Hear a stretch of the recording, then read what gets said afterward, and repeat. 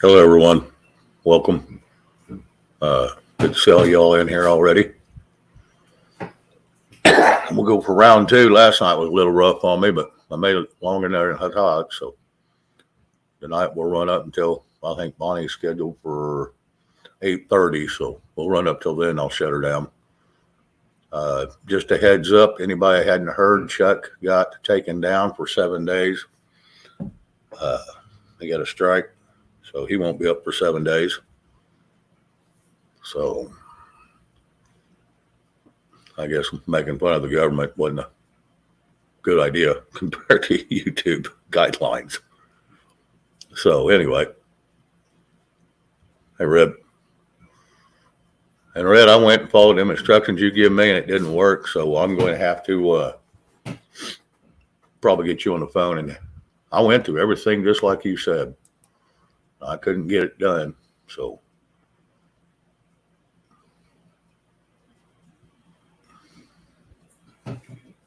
anyway, I'm looking for me on the other page so I can take care of it. Okay. So I can take care of something I wanted to take care of. And ain't showing up yet.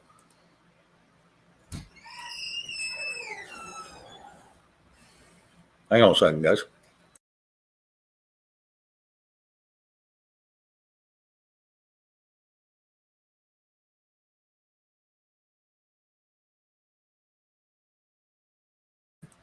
All right, sorry guys. Yeah, Friday evenings are always fun. All kinds of people coming and going. So I have not seen my stream on the YouTube side yet. I don't know what the heck is going on. So I'll have to take care of it here after a bit. Eric, Stephen Fence, Dorinda, Finding Keno, Cool Gamer. I've seen Fat Man in here earlier. And I've seen somebody else. Diana Haas.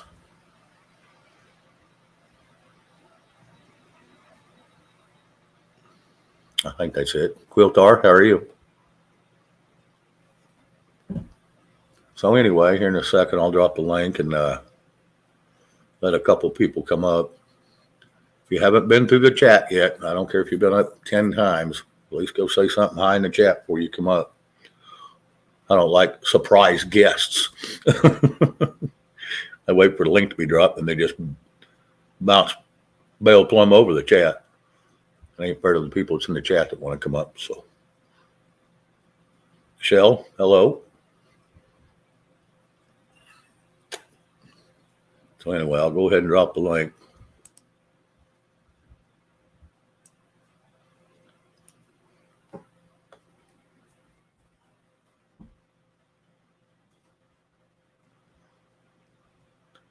Michael Gale, hello. Sorry, I was trying to get this link dropped.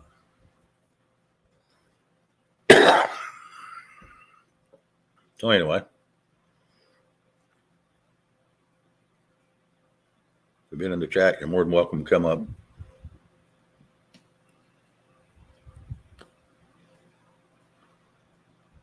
Yeah, Silver Bay, I'm feeling today is my best day since Tuesday, basically.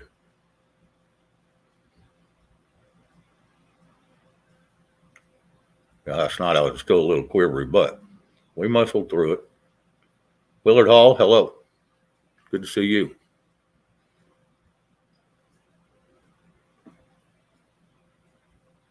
Like I said, I don't know if Chuck's going to try to come over and come up and give us an explanation or not. I have no clue. He may just think it's a good time just to relax and not worry about anything. Carol Z, hello.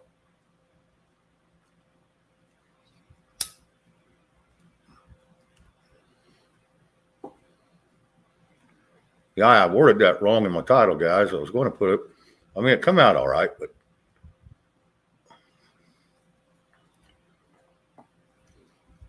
I was going to say, how do we take back what is ours? You know, but I screwed up. But it worked. Better than nothing, I guess.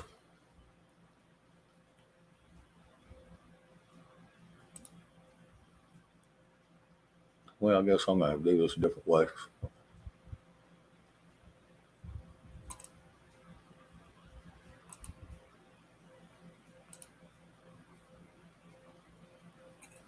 There we go.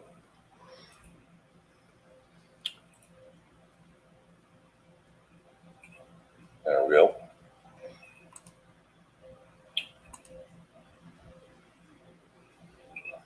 There we go.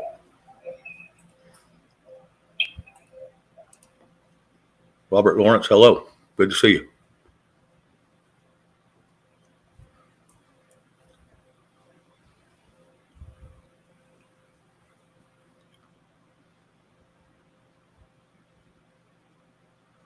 All right, Fat Man. That works. Anybody else out there in the chat want to pop up here for a few minutes or for a while? That's fine.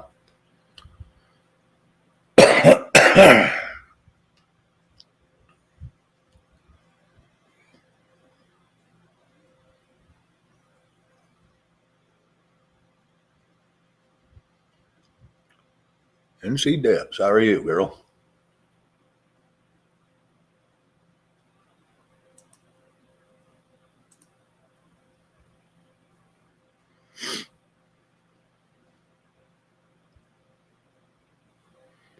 So anyway, sorry about the quietness tonight, guys. I usually have somebody bounce in here by now when we start a conversation, but maybe in a few.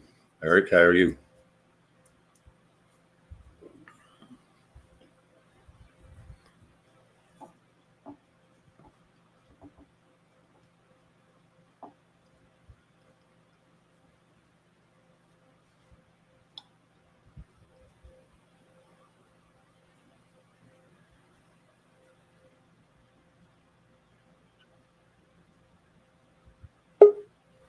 There's Dorinda. Yank her over here. Hello. I'm glad you're feeling better today, Shane. A little better every day so far. Awesome.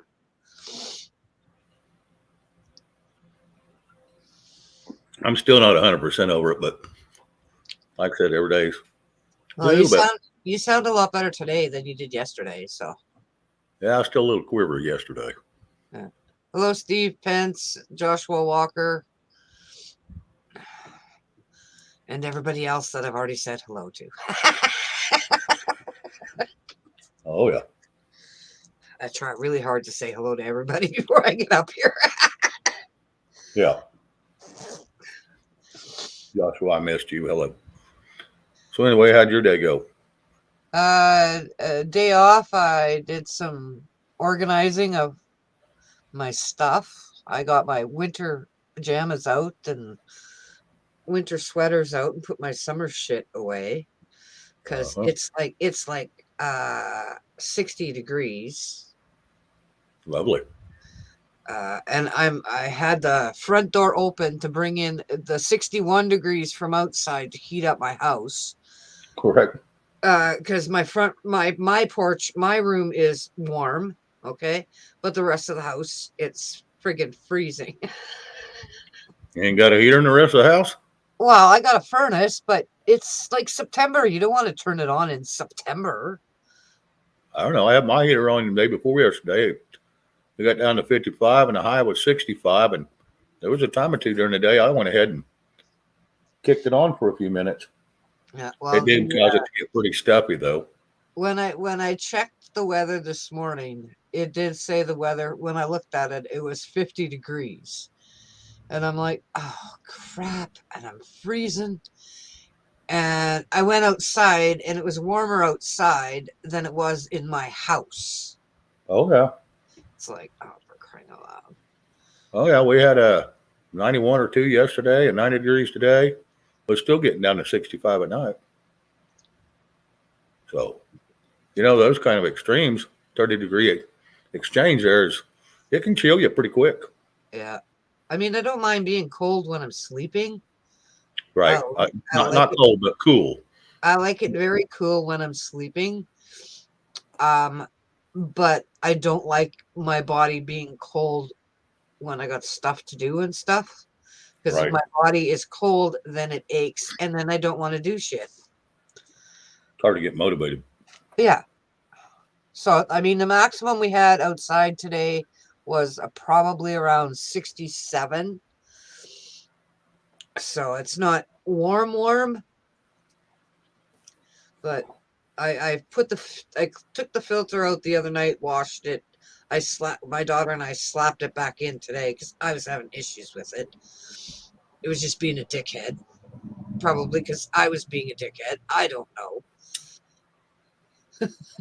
Well, it happens. But you know, it's like crap. I'll be turning if it's cold in the morning, you damn right I'm turning the heat on. My daughter has had the heat on in the front porch at night after I go to bed on. She just warming it up for you, Mom. But it's like, holy crap. Bobby Copeland, how are you? Hello, Bobby.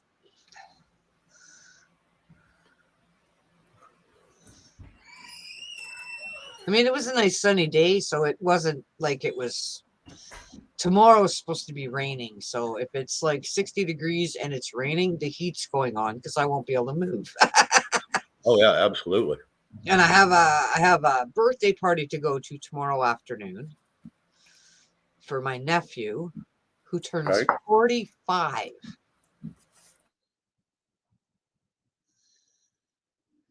So I'm kind of excited about that. Looking forward to that.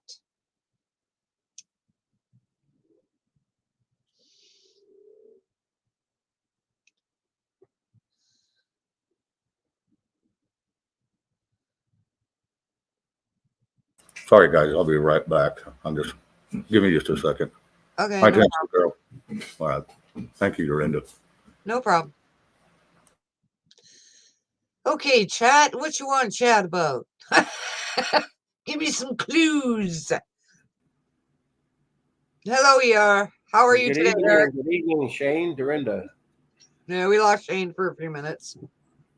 Uh-oh. Yeah, he's got a phone call or something. I don't know. And so I was just asking chat what they wanted to talk about. And so far, nobody's talking to me about it. So I guess I'm just going to. Just got to keep scanning chat, right? Yeah. Oh, belt a song out, Dorinda? I don't freaking think so. I can't sing worth shit. I don't think she said you had to sing it well. I'll have all the dogs in YouTube land and in my area screaming. No, thank you.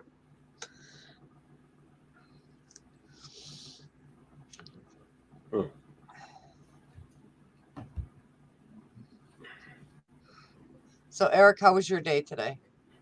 Well, very eventful, but Eventful?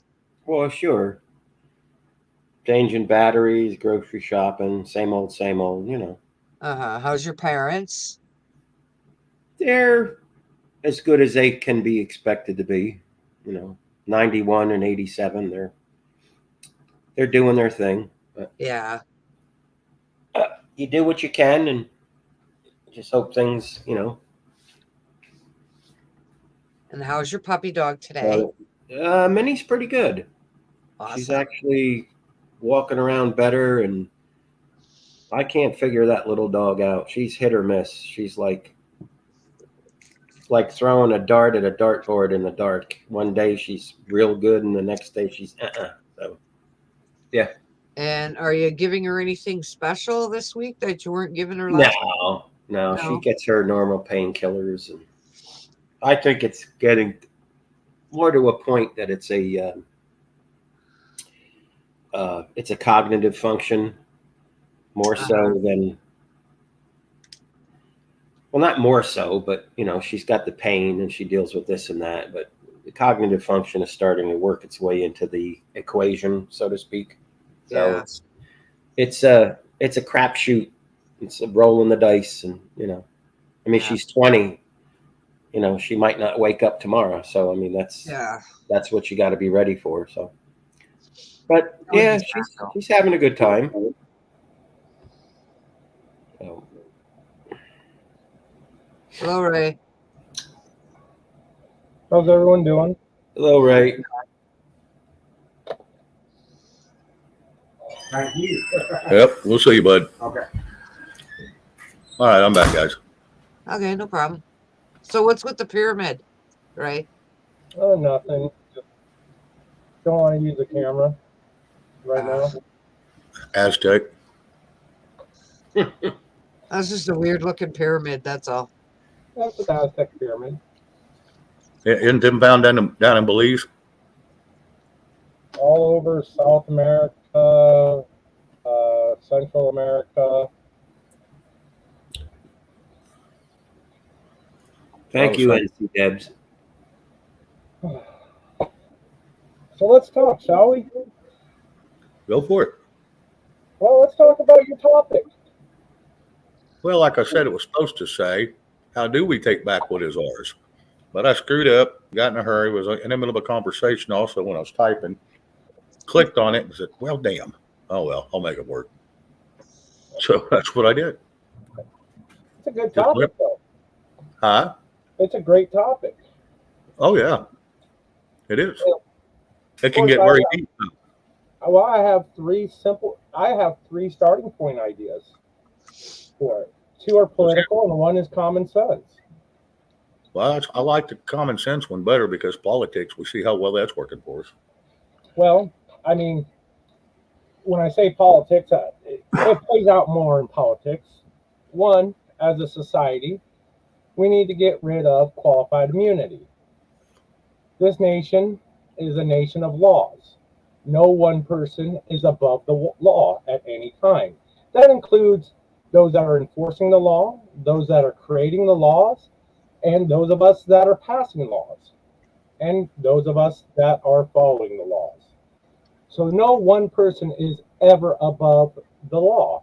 However, when we have qualified immunity, we allow certain people to be able to break the law in order to enforce the law or to create the law. Rob. Hello, Rob, retired vet. Sorry, Ray. Go ahead. It's okay. So Rob. we get rid of qualified immunity. We make people accountable for their fucking actions. Excuse my F word, I'm sorry. You're fine. Uh, Pretty sure that ain't the first time it's been said on here. You can see our channel. No, He's in denial already. it's not the first time I've said it. I think she makes it a daily ritual everywhere she goes to drop it at least once. I've been trying really hard not to, but it sometimes slips out when I get excited. so we get rid of that. The next thing we get rid of, because it's being incorrectly used in order to fatten the pockets of certain departments of certain agencies that start with the alphabet, with a bunch of letters. Okay. And that is civil asset forfeiture. Let's say Captain Finger here is going to go visit ER, wherever ER is. Okay. Captain Finger here decides he's going to take a plane and he's going to bring $20,000 with him in cash. Well, that's not illegal. Traveling with money is not illegal. Never has been. Nope. However, Captain Finger lands in the same state as ER is in. TSA kind of looks at him funny and decides to, give him the once over. TSA finds $20,000 in cash. Well, that's unusual to be traveling with that kind of cash. So they take it. They say, hey, we'll give you some of it back if you sign this and we'll keep the rest, or we're just No. going to take it all. And you're going to have to prove to us that your money did not come from illicit means. Your money is innocent. Just make sure you get a bank statement with your money. No, that doesn't even help you. Hey Ray, can you get a little closer to your speaker, please? My speaker, why? You going to yell at me? Because you're kind of muffled. Oh, you Hey, mean D-Dog. close to the microphone. Right. Number 5, Double Dog. Sorry. No worries. Hello, D-Dog. I'm still readjusting. And yes, Black Watch, I'm bringing back the channel. I'm trying to get things set up for a split simulcast live that I'm doing with somebody Sunday. Are you going to? Are you going to shut it back down when you go up north, or are you going to hold off another year on that? The plan is to get up north within the next year. Okay. In 2023. That's the plan. However, plans change. Correct. We'll see how things go. Lastly is social. Respect. Yep. RESPECT. What does it mean to me? You Yep. don't have to like somebody to respect them. You don't have to agree with somebody to respect them. Correct. I already know my views half the time are way out there. Those are my views, and those are my ideas. But I still respect everybody else's ideas and thoughts and opinions. That's simple.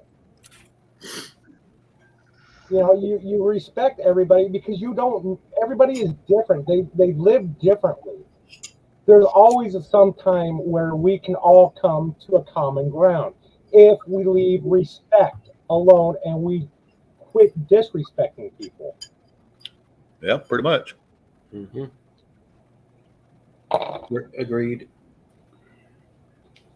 How are you doing, Rob? Good evening. I'm doing good. How are you doing here? How's the dog? Very good, sir. Glad Well, to hear she's a fighter, I'll tell you. Right on. Right on. I'm glad to hear that. Thank you. Well, my question would be, Rob, is how are you doing? I'm good. Did your vet give you a clearing so you can get out and move around? My back cleared me, but that's all I needed. And then I retired. He felt so good he retired. Yep. He finally, No, you know, I got a clean bill of health for the most part. I got a little stiff and sore, but you know you're gonna be. You know what I mean? Yeah. oh yeah. A lot worse. You know what I mean? It really could have been. So I'm thanking God every day. I do want to do a shout out to Steve, right? Hey, brother, you gotta let that one go, brother. You really do. You gotta let it go. And good to see you. And North Carolina, Deb's great to see you. And Double Dog Semper Pipe. I didn't say it earlier. And Batman, I'm getting better. I'm getting stronger every day, and I'm getting ready to move. So I'm getting really excited. I expect that book to be published within the next month. Oh, fuck. Me writing a book? That'll be next, maybe in October sometime, but he just ain't gonna say which year. Yeah. In the year 2525. Hey, awesome song, Rob. Yep. Thank you. Now, we had a great day. We went out and played hooky. Me and my wife went out and drove around. Yeah, you should have fired him, Steve, but you got to let it go. You got to let it go, brother. And I'm not meaning it bad, but, you know, we all have that. We all have some bad employees, and we do. And sometimes you just got to get rid of them. And that's where you're at right now, and I feel sorry for you. But Sometimes a bad employee is better than no employee. yeah, that's no shit. A warm body sometimes is all you need, especially if you're standing over them telling them what to do. You get something out of them, but if you walk off, they're gonna be standing there. You think? Yep. Anyway, I'm in a real good mood. We had a great day today, and Good to hear. you know what, Steve? You know what? You can retire to the pit. We're gonna take you down to the pit and work you out a little bit, brother. I will change your attitude, Stephen. Anyway, he didn't give you permission to retire. he needs to stay in his pay grade.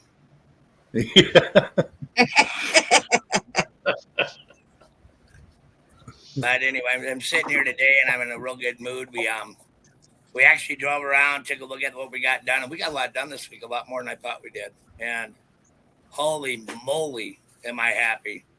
No, Gunny, please, I'm sorry. Not too late for sorry. Sorry does not exist, Steve. Sorry is not in your world, man. You're not a sorry Marine. You are a real Marine, and you will be a real Marine for the rest of your life. To the pit. Anyway, yeah, I had to throw that in for old time's sake. Right? Now, Rob, did you serve with him? No. Okay. Steve got hit by a drunk driver, and he got retired after 18 and a half. And he's a good friend of mine. He was on my channel a lot. We talked a lot, and he's a great friend. I like giving him shit, though. You know, that's just what I do. Oh, yeah. I kind of know you. He knows me. And now that I'm kind of full of piss and vinegar tonight, I figured it was a good night to come on. Bring it. I love it. I love it. But I'm feeling a lot better, and I'm moving around great. I've ridden a horse. Well, I've been riding horses. Shit, everybody knows that. So I'm good. I'm good. And ER, I am so proud that you got your dog and it's staying healthy. Yes, sir. And you made the right decision, brother. You really did. You didn't need to put her. You didn't need it. You didn't need to put it down. No. And I am really proud that you kept going with it, brother. I really am. Thank you. Thank you. I appreciate that. I got to make an announcement real quick. Something just popped into my Steve and NC Deb. Go to my website, grab my email, shoot it to me so I can get it to Red. So she'll have it, and she'll coordinate with y'all.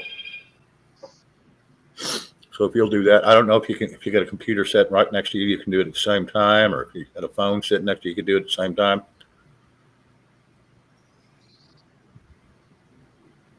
But anyway, you know what? Things are good. You know, I think things are getting better, and we're getting excited.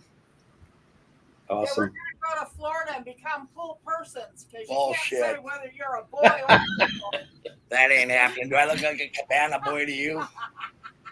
You look like a soaking wet sock when you get down there. Could you imagine me in Florida? I'd be out there riding my horse and trying to get it off the diving board. At least they won't be saying, yes, mister. They'll be saying, yes, mister. Well, I don't know. He could fit in at least with the manatees and everything. Right on, Batman. Right on. I'm in a, like I said, we had a great day today. I feel alive. You know what I mean? Awesome. You know, I haven't felt that way in a long time. I think that I got so much pressure off me that I just don't know what to do with myself. And shit, wrong one. Well, what's the wrong one there, Steve? Rob Cabana Boy, yeah. Anyway, I thought that I'd come up and raise a little hell on this platform and have some fun. Bonus. We always like your company, Rob. Even when you don't. I always like your company. Hello, Chris. Hello, Chris. How y'all doing? Good. Chris, how you doing, bud? I'm doing fine. How are y'all doing? Excuse me. Doing great. Can't have hardly talk. Doing great. Had a great day. First time in a long time that we really actually did play hooky. And we did. We played hooky. And didn't care about it one bit, did you? Not at all. Not Well, even. yeah. Didn't stress, didn't worry about if things were getting done. You didn't care. Everybody needs a little release every once in a while. Yep. Not here. Thank you, Eric, for dropping that for me. I appreciate you. Yes, sir. Now, if Red goes to texting you, you probably have to bail. See how these newbies. We'll see how these newbies are doing. Oh, Stephen Pence, go to my About page, and right below it, it says View Email. Click that where it says View Email, and it'll show you my email. Well, you know, it is Friday night there, Finger. What's that? But you know, it is Friday night, so Right. it's hard to tell which way those newbies will go. Be right back, folks. All All right. right. Matter of fact, let me put my headset on.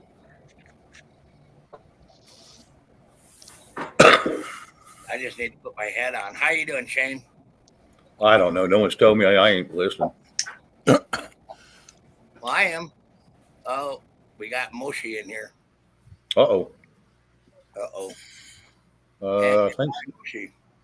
Ray, something happened to Ray. We lost him. Yep. We still I got know. Eric, right? And we got Chris, and we got Dorinda, and we got Shane. Yeah. Yep. So what's the haps? What's happening? Nothing. Nothing. I was just puttering around here today. It's, you know. I'll be right back. I just got to take the little one out. I'll be back. Right All on. right. Take care of your dog. Appreciate it. We didn't do shit. It's odd, huh? Yeah, it was kind of a weird day. I didn't have anything to worry about. Didn't have anything to think about. I had things to think sucks. about. Yeah. Every once in a while, you need one of them brain dead days, right? Oh, yeah. About the time I think I'm going to get one, something comes up. Yeah, I'd probably call you and mess it all up for you, don't I? No, not yet. I will. I'm gonna work on that real hard. There's no doubt in my mind. Anyway, Travis, good to see you, brother. And I really enjoy listening to you when you're on. Just thought I'd whip that out there for the search for the truth. Well, I can bring him up. Why don't you come on up, Travis? We got to give you some crap. It's Friday night. We are going to do Friday night follies. Uh-oh. Friday Night Follies. Yeah, remember I didn't that? know if he said follies or ballies. I didn't say volleys, I don't think. It comes out to be the same in the end, doesn't it? Yeah, pretty much. Yep. Either emotional or someone got butt hurt over it. Oh my God, I live butthurt. Hell, you can look at people the wrong way and they get butt hurt Oh, tell me nowadays. about it. It's nuts. I sat down and I think about all this crap, right? And I'm thinking, I'm not going to get butt hurt today because I really don't care. I'm eating messy pizza. LOL. Wow, that's no excuse, Travis. Eating the messy pizza. Well, use your hands. They don't usually ain't as messy. Yeah, just pick it up and shove it in. Eat it like a Marine. You can get it down in 3 bites, guaranteed. Well, in the case of somebody like me, a messy pizza is a good thing because, I get to catch all these leftovers, Absolutely. for a late night snack or whatever. Hell, I don't even have to get up and go to the fridge. I got it right here. Right on. That's pretty bad when you find half a slice in there, though. Yeah. Or somebody's phone number. Yep. Hang on, Stephen. Let me go check. Make sure it's in the about. Still, I looked at this before, and it was. Let me see.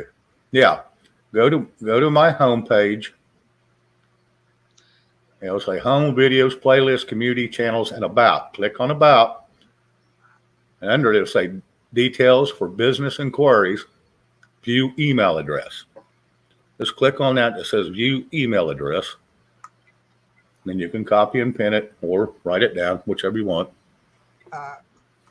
Red, I think it was Red that said he had to be on a PC though to get it. If he's on his phone, it won't show up. Oh, okay. He must be on an Apple. Yeah, I found that out with some of them. Some people can and some won't. Just depends on what Apple you've got, I guess. You can just leave it underneath my keyboard. Want to have a laugh? Get her did. Have you ever tried typing on a phone on a horse? Okay. That ain't a laugh.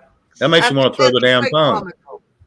Sitting there trying to do it, and I'm doing this number right up and down, up and down, up and down. And I ended up writing "fuck you," and I didn't even mean to. I mean, I was writing "thank you." Yeah. It's the same thing, isn't it? Guess so. Anywho, came up full of piss and vinegar. What's up? Yeah, D-Dog, it doesn't work on the phones. It only works on like a PC. Okay. Well, if they ain't working on the phone. Someone said, or I think it was Red said that earlier. I'm not positive who said it, but someone did say it earlier. Yeah, because she did say have them go over to a PC or a computer, and I mentioned that, but Yeah. You Some wanna people drop- just don't have it. My wife will drop it for everybody. Do you mind if she drops your email? I wouldn't do it in all the You chat. Okay. I mean, yeah, I mean, if they're on a computer, they can go follow my directions and find it. But I don't want it out there for the public to see. I understand that. But I've got another email address too, so I can get personal stuff if I want it over there. Just use this one for this.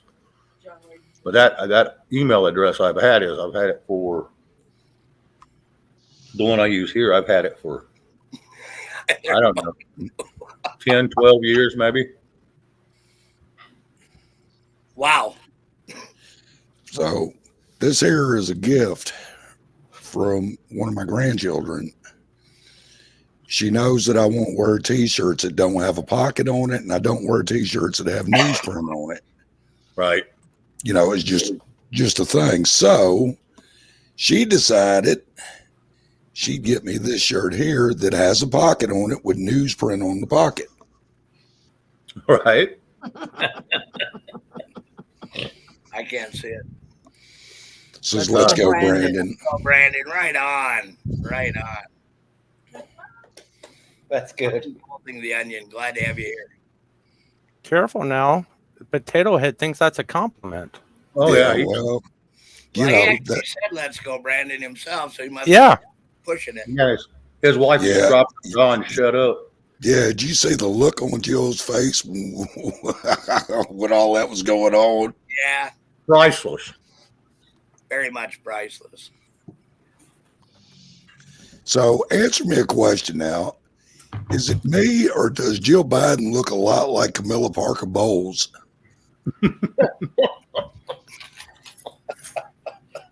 We're not going to go down that road, are we, Chris? Because Well, I got a lot of ammo tonight. I'm just asking. Let her I'm rip feeling, me. as, I I'm think feeling as good as Rob is tonight. So right on. Right on. My God, what's going on with the phones? I'll take it down. yeah, he's Uncle Joe has a different look every time I see him. Let's put it that way. I tried not to see him. Well, yeah, I know. I mean, I know that I love him and everything like that, and I just want the best for him. I think he should know me, man. No. I want the best graveyard plot I can think of for that man. I want to be the person that feeds him with a slingshot or a wrist rocket. I just want to see him take the plastic bag challenge. Me too. Or maybe the NyQuil chicken challenge. So, well, at this point, I'd settle for the Tide Pod challenge. So, you know.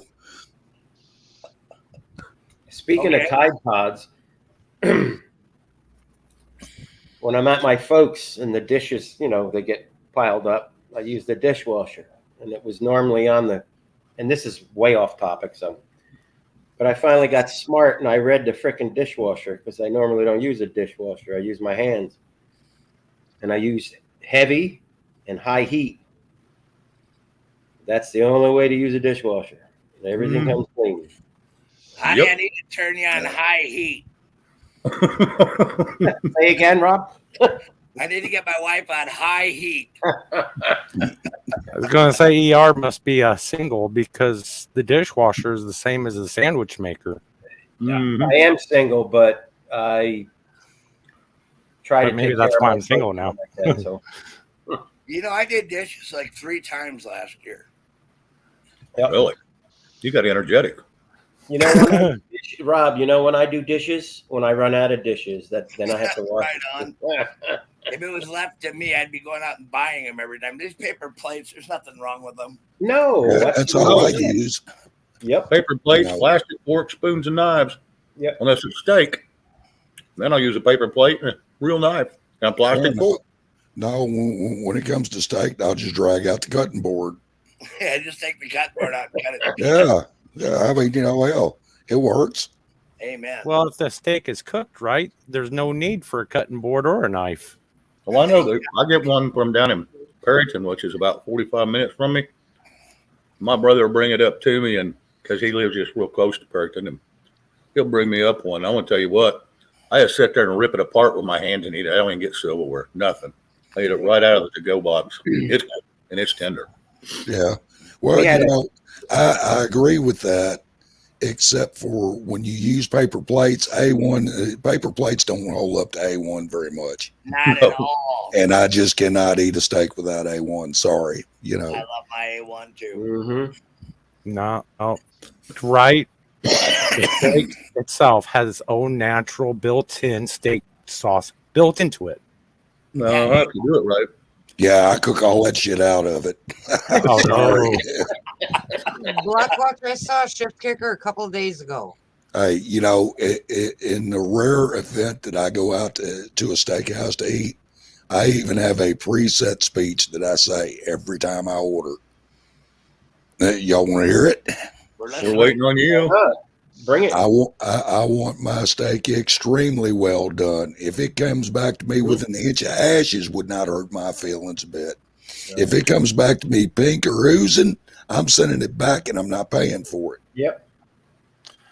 Oh Mine's a much simpler. Is much simpler. Mine is just walk the cow out. I'll cut off my own piece. Yeah, my ex-wife's like that. I spent over 20 years watching her eat steaks drowning in blood or collagen. Yummy, yummy. Ugh. I don't like them that rare, but I do like my medium with the warm pink middle. That's what I like. Yep. Just a warm pink middle, and I don't mean the whole thing. It's just usually got a real thin pink middle in it, and it retains all the flavor. Because if you cook the protein out of the damn thing, it's useless to eat. You ain't getting no protein. You know what, Shane? What's that? I'm a Gladburn over 18 channel. You can't be talking about that pink the way you just did. You wouldn't even know whether to eat it, or you know what I mean? Oh boy. I don't think he's talking about earning Red Wings here, Rob.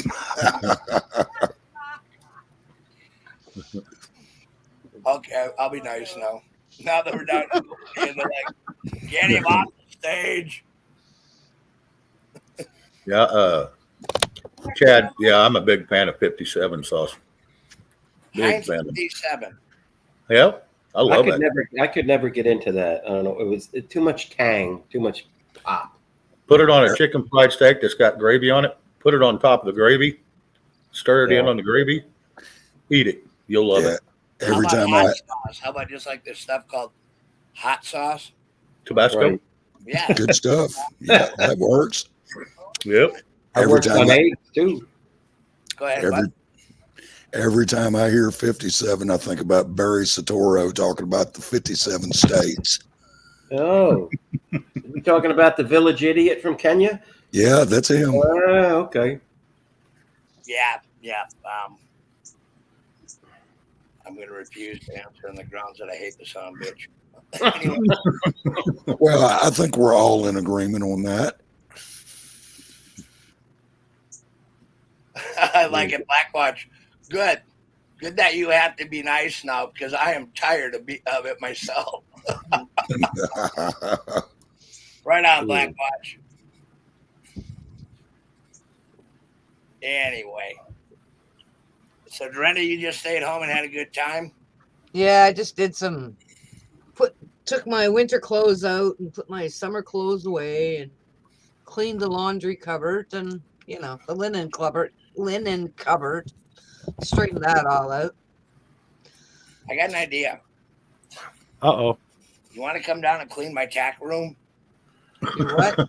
My tack room. Well, I wouldn't mind coming down and doing that, but you'd have to teach me what tack is, because I have no idea. That's where I'd be cleaning shit and you'd be like, what the hell are you doing? Okay. the stall. You'd be the person that ever came over and had a dust, and they're dusting off the saddle and the bags. Oh yeah. Okay. But I wouldn't be able to come home. I'd have to stay there, so I'd be screwed. Yeah, well, you know what? We're accepting everybody else. Go ahead. I finally went to the store and bought a tack. Now what do I do with it? Last year at Christmas time, she gave me a box of tacks all wrapped up, real nice thumbtacks. This is for your tack room. Reminds me of a stupid joke.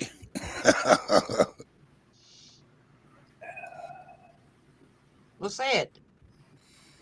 Oh, okay. I'm just saying he said Christmas and it reminded me of a stupid joke. Go ahead. All right. Santa Claus making his rounds. He starts down this one chimney. His little girl sitting on the couch. She's about 8 years old. And she says, Santa, will you spend the night with me? And Santa says, ho, ho, ho. Gotta go. Got a bunch of presents to deliver, don't you know? Oh, a few years went by, and this 8-year-old, she's now 12, sitting on the couch, and he comes down the chimney, and Santa, will you spend the night with me? And Santa says, ho, ho, ho, gotta go. Got a bunch of presents to deliver, don't you know? Well, a few more years roll by, and this little girl's done growed up, to be a gorgeous 21-year-old. Sitting on the couch with no clothes on, Santa comes down the chimney, and she says, Santa, you spend the night with me now? Santa says, hey, hey, hey, gotta stay. Can't get back up the chimney with my dick this way. Oh, that was good.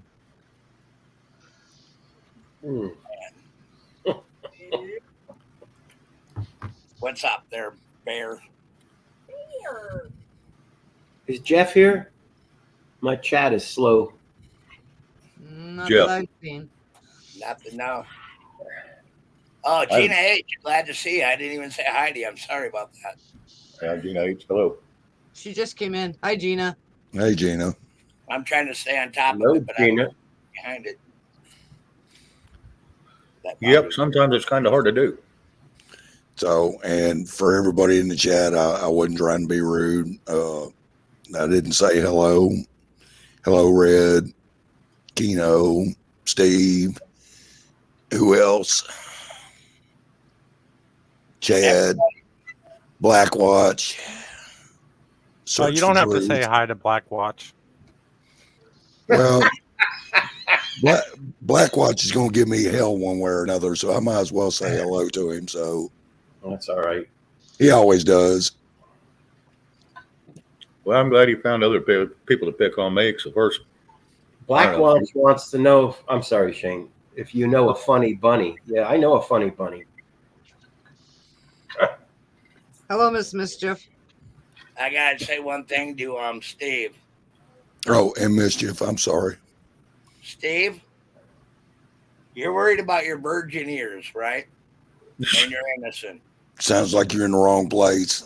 And he's got twins. I just was gonna ask you a question. How did you get those twins? By osmosis? I was just wondering if he was a politician. In vitro fertilization. Yeah, fertilization. Hello, Gigi. Gigi, hello. Mr. Oh, hello. Gigi. Squirrel. Good evening. Good evening, Gigi. Hi, how are you, hon? I'm good. I'm gonna see if I can Hello, get- Louise. Louise. Hello. We'll see if I get the orange dog up here. Huh.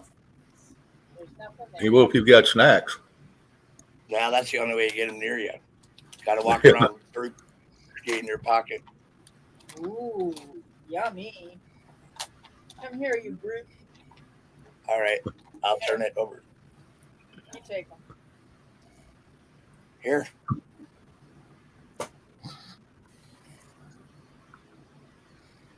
Oh, look at that beautiful puppy. 180-pound puppy. He's not a puppy, he's a polar bear. I'm gonna end up putting a saddle on him. Come here. Yep. Use him as a yard horse. Well, I can pull a wagon. Yeah, Yep. the kid. Oh. Come here. Yeah, you gotta bribe him. Yeah. Hey, buddy. I got. Alexis raped me. That's how I had twins. Yeah. In your dreams there, Stephen. You got a hospital bed while you were totally merciless. Damn. Yeah, he was being pinpointed in a bad position. Now that was a No. visual I did not need. It's simply that he had a wet dream and his wife rolled into it. Ouch. Ouch, that stung. I wouldn't do that to Steve. That would be like bad. So, Steve, you want to talk about it? I am here for you.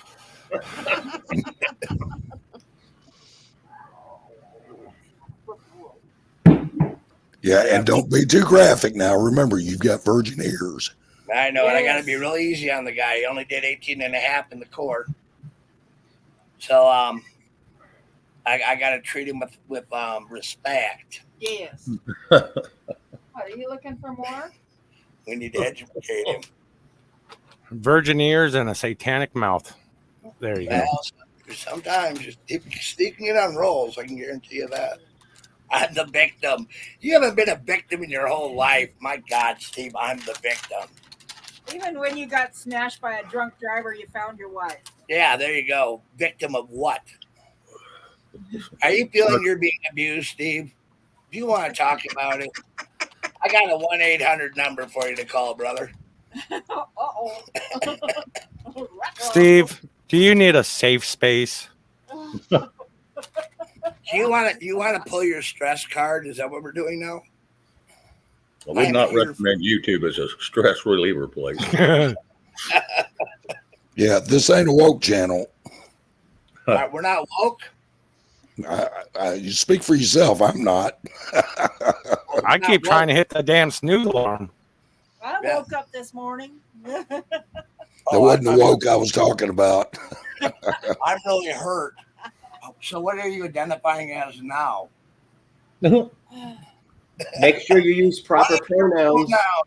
Use the proper pronouns, please. A cool person. I don't know if we can still claim to be people. I can't be a girl. Don't Right. ever call me a man again. Well, What is the definition of a girl?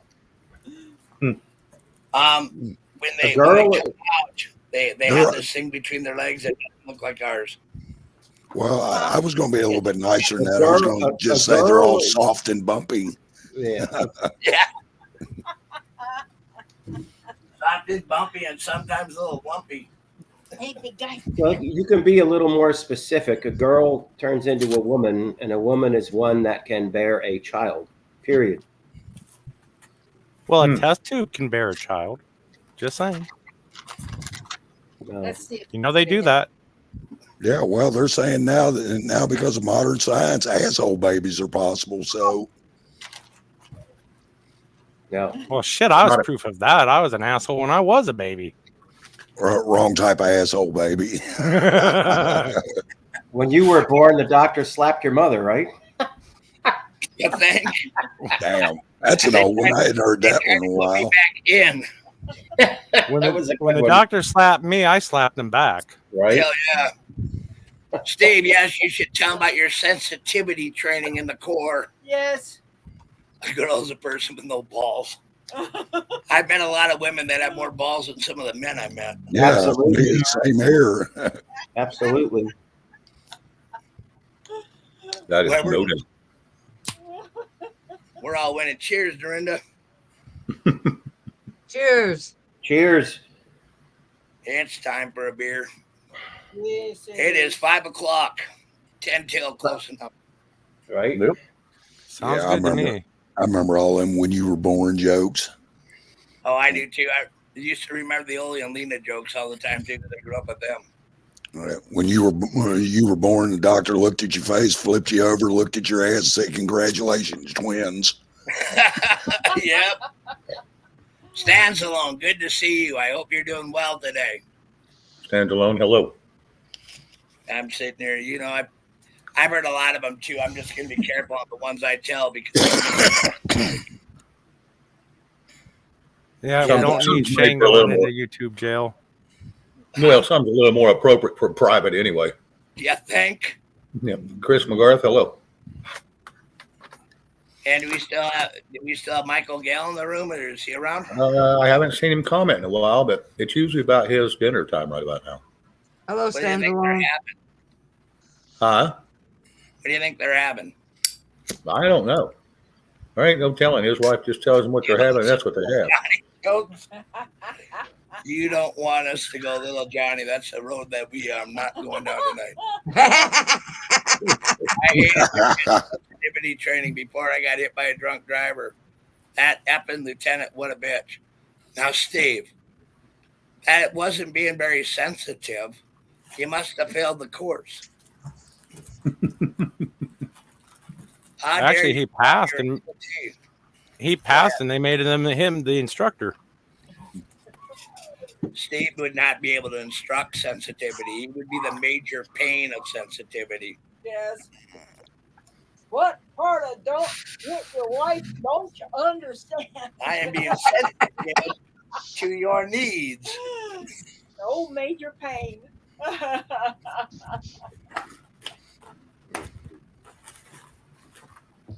So I know that was highly inappropriate. I apologize for being not sensitive enough. When the hell have you ever been sensitive? Honey, Yes. I'm going to find the one feeling I have, and I'll allow you to hurt it. Ooh. Go ahead and get it out of the way. Well, I'm going to get kicked in the balls here in about 30 seconds, but that's all right. Now I'd pay money to see that. Right? Oh, Go. God. As a matter of fact, do you take credit?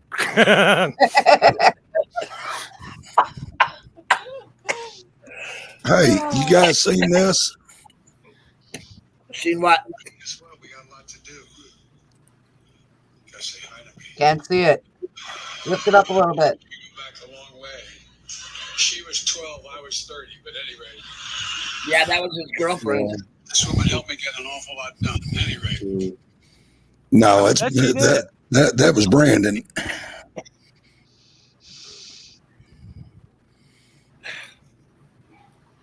That guy's a moron. Agreed. Moron. And I'm not going to go too much further because I can get myself in all sorts of trouble. Well, I mean, he's just a figurehead. Not mine. Well, no, he is the figurehead. He's not a president. Yeah, he's nothing. He only repeats what the little earpiece in his ear tells him. Well, technically, all presidents are nothing more than figureheads. There's very little power that the president does have. The power is in our Senate and our Congress, and we keep fucking that up and electing the wrong fuckers in there. Yes. Yeah, well, that's going to continue, if for no other reason, because 2020 was never corrected. So, Well, be careful. Chuck got taken down last night for talking about politics. Yeah. that's all. That's all. Watch what you say. That's all. I'm sorry. say That is a about it. personal opinion of me and me alone, and it does not reflect the opinion of anyone on this panel or the host of this channel. Right. Here's the thing, right? I sit down there and I think about this nation that we live in, right? Yep. And we got to get undivided. We got to find a way to get undivided. And we're stronger together. You know what I mean? Yep. And with the morons that are in charge right now, how in the hell are you going to unite behind it? I'm not going to go too far into that. But the fact of the matter is, we are the people. And we still have our Constitution. And we still have our flag. And we're just going to have to work together a lot in the future. Yeah, well, it's, at this point in time, neither one of those things are doing us a damn bit of good. And that's the fact. That is a fact. It's not. But right now, we have ability to work together as we the people. And stand our ground as we the people. But if we don't start getting over being divided, we're never going to ever be united. And our state says United States, and that flag stands for freedom, whether people like it or not. Yep. And when we sit down here and we look at these morons in charge, and we take a look at all the good people of our country, and we look at their strengths and their pros and their cons, and then they want to change the way our verbiage, how we even talk, right? Right. We have to take back our language. We have to be, it's our language. We have a right to speak our minds. We have a right to be who we are. We are all individuals that collectively make the United States. Each and every one of us have a right to our feelings, our emotions, what we agree with, what we don't agree with, but we have the right to agree to disagree. But when you start throwing pronouns out and start screwing up everything, including gender and reassigned gender and all this other shit, all you're doing is making more and more confusion. And the more and more confused we get, the more divided we get. And that's Amen. Divide and conquer has been the rule for quite some time now. So, Ken M, hello. And while I agree, you're absolutely right, Rob. I just, from my perspective, I think we've already gone past that Rubicon. So, but we also have to find a balancing point and get back on it. You know what I mean? We have to be able to balance it back, get the balance back. Well, as long as we play by the rules and they don't, they're going to win. Well, we don't always play by the rules, now do we? So, and with that, out of respect to Shane, I'm going to stop. So I'm going to stop too, because I get pretty carried away on this one. You know what I mean? Myself. I'm with you, Rob. But now, when I take a look at the people of our country, and I take a look at all the people that live it, and the men that fought wars, men that didn't fight wars, everybody working together collectively, we were working to create a cohesive group of people, right? And that's who we got to become again, is that cohesive group. In the core, we say God and country. And then they say you can't say God, but then what can you say? Well, yeah. They've taken it out of the schools and everything else. So as we take a look at this stuff collectively, right? We have a right to be sarcastic. We have a right to our opinion. We have a right to be who we are. We have a right to live free. But not on YouTube. No, tell me about it. I got so much footage I can't put on YouTube. But I sit down there and I take a look at all the great people, and I take a look at what we're trying to build, and I take a look at the communities that we are trying to form, and all these things coming together collectively. I think that we have a chance to do something great if we work together. That's what I'm getting at. I mean, and that's what I'm talking about. I'm not talking about all the other nonsense, just that. Go ahead. I think people are going about it the wrong way. Absolutely. And let me explain. When we say country and we say these United States, what is a state? An individual area. Okay, what is a state? What is a state? It's a area of ground. A state is its own country. Absolutely. Nebraska is a country. Arizona is a country. Utah, South Carolina, those are countries. Arizona is not a country. Arizona is a place. Well, here being pretty much in the center of Phoenix, I would call it hell, but that's neither here nor there. And but you fry an egg on the sidewalk in the summer. Shit, that's how I grill my steak. Fuck the egg. And you're telling me it isn't hell. Yeah, buddy. I'm flame roasting that bastard. But everyone wants this huge community. You got to start small. Start local. Start on the city level, the county level, the state level. Once each state becomes unified in itself, then we can attack that 10-mile swamp. No, I think collectively we just have to become a group again. We got to get to know one another again. We have to open the lines of communication, form a community.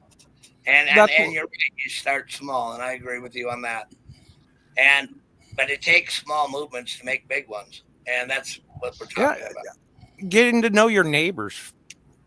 For the love of God, I can't tell you how many times different apartments or different houses I've lived in, I didn't know the person that lived 20 feet away from me. Yes. What's your name? I agree. I don't know, but I'm your neighbor, and a tree just fell into my house. And can you help me chop it up? Right. Well, you know, where I live, we don't have that problem. We all know each other. And that's where I'm at right now, down on the Well- border. We all know each other too. And that's the way it was for me growing up in Nebraska. I mean, you could not go to a park where during the summer and spring and even fall when there's barbecues and leave that park hungry. I'm not Right. kidding. You're What's that? you're walking around, people are saying, "Hey, come on over. Grab a plate. Let's get to know each other." You know, especially like here in Arizona, motherfuckers be hiring freaking what is that big security firm, Black Hawk or whatever? They be hiring them motherfuckers to protect their food. They're like, yeah, you stay away from just 20 feet, buddy. 20 feet. You can't come over here. Yeah. We don't like you. I agree with Rob that people have to remember, you know, if you're going back to your younger days, teenagers, you know, 10 years old, whatever, the demographic of these United States has changed dramatically. And we are Dr. not Nat- going to go back to neighborhood barbecues and all that stuff. We can try, and can we bring it back a little bit? Absolutely. Do I want us to do that? Absolutely. Absolutely. But things change. They have destroyed our educational system with liberal bullshit, socialism. They're destroying this country. You're not going to get that back. You're going to get part of it back, but we can get our states back, but things will never be the same. Now, I'm not trying to be doom and gloom. Let's get back to the red, white, and blue, because I'm all about that. Well, see, indoctrination in the educational system over the last couple of generations have pretty much all but made that an impossibility now. So, Well, yeah, because the people that were indoctrinated back then are now 30 and 40-year-olds, and they're the ones that are voting and running for office and doing this and doing that, and people don't understand that. Hang on, guys. IH Farmer 81, hello, and Tracy, hello. Glad to see y'all coming in. I appreciate it. Hello, Sorry, Shep. guys. Go back to the conversation. howdy, y'all. Shane? Yes, sir. Hi. How are you? Yeah, I'm still here. where you been, Shane? Yeah, we missed you. Been hiding in the background. I was gonna pull up a video clip of the movie Shane with Alan Ladd, so Yeah. that kid gets to yell, "Shane, where are you, Come back, Shane? Shane. Come back. Come back. Come back, Oh, yeah. Shane!" I was going to YouTube the other day just for S&Gs, and I happened to see a lawyer in I can't remember where he was out of, but his name was Shane Phelps, and he's a big time lawyer. I guess he's got a huge following. So I don't know. I need to go back and try to find him again. I was going to screenshot it and pull it up and show y'all just for shits and giggles, but I think he's up north somewhere towards Illinois. Well, that's where I was born. It made me wonder. He would have been about my dad's age, so I wonder if he was a godfather at one time. And if he's a lawyer now, I'm going to want some of that money. That's deeper reason. than what We you want were some saying. royalties there. Yeah. Mr. Young wants us to try and get our things back. Hello, everyone. Well, when my dad passed away in '93, I would think, if that was my godfather, he'd have stepped in, but didn't happen. So it's probably not him. You never know. No, I don't know where he got my name from. Like I said, I was born in Illinois. So it Maybe makes you were sense. named, maybe you were named after that lawyer, and your mom and dad didn't want to tell you. Maybe. Right? Yeah, maybe my mom didn't tell Dad. Maybe that lawyer was actually your father. Well, that'd be even better at this point. Welcome to the dark side. I'm Let's thinking go the into middleman it. more than a lawyer. I Do do what? think we can get our communities back, though. I do too. no, absolutely. maybe I've got my rose-colored glasses on, but I really feel that people are missing interaction with other people. Yes. Very easily quilting groups could get together, or different types of groups, and start people talking again. No one's been talking to each other for way too long. Yeah. Well, you're absolutely right, and that's by design. Exactly. Well, I took my rose-colored glasses off and I put on my bullshit meter glasses. There you Okay. go. All right, I'm out. I got the word. Where are you going? He said, "I'm not going to be on no stinking quilting group." The knitting club. I can see it now. The little missus jobbed you in the side, huh? There you go. Never. Who's that? IH Farmer, whatever. Yep. Everyone's got their face in a cell phone, and they're giving that ginger-haired pig balls money every time they log on to Facebook. And Yep. you know what it is? Get back to the basics. It's just, I don't know. It's kind of hard sometimes to get back to the basics. Well, it is now. Yeah. Yep. Everybody's so brainwashed. Well, no, they're used to it. They've gone through the indoctrination. This is normal. It's where we're supposed to be. So. It's me. It's Willie D. How you doing, Willie? Willie D. Yeah, you know what? As they indoctrinated, indoctrination is going, right? Yeah. They've been doing a lot with the ability of taking away our ability to communicate to one another. Yeah. And much HI Farmer 81. When you have your face and a cell phone all the time, you don't talk to people. No. You're busy, Nope. and a lot of times, like at some of the supper tables, some of the kids will actually text their parents rather than talk to them. Hey, Yeah. Willie D, do you want to come up? That's right, Rob. I have the best times I have during the day is when I'm out in public and I'm actually talking to people. You know, I don't wear a face diaper. You know? No. Well, oh my God. And I like people have it on that now, right? I like people that smile at me and say good afternoon. That makes my day. Amen, brother. That gives me hope for humanity, not all this other crap that's going on. Exactly. I agree. I couldn't So, agree with you more. During the whole time all that nonsense was going on about wearing a damn face mask, I only put one on one time, and that was because I had a doctor's appointment for something totally unrelated.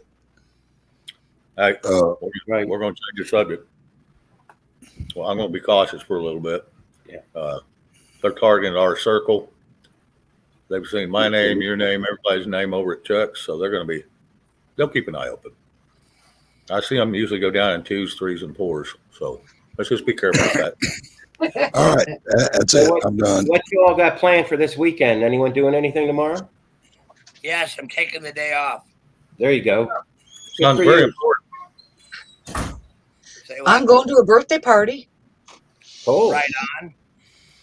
I'm going to How old spend. are you gonna be? My nephew is going to be 45.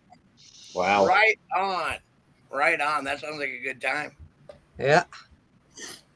It depends on how many people pass out in the lawn. All of them. Right. Won't be me. Well, hell, it ain't a good party unless they all pass out in the front lawn. I'm going to spend the day with my baby. There you go. Right on. There you go. Willie D, if you want to come up, I will drop the link for you.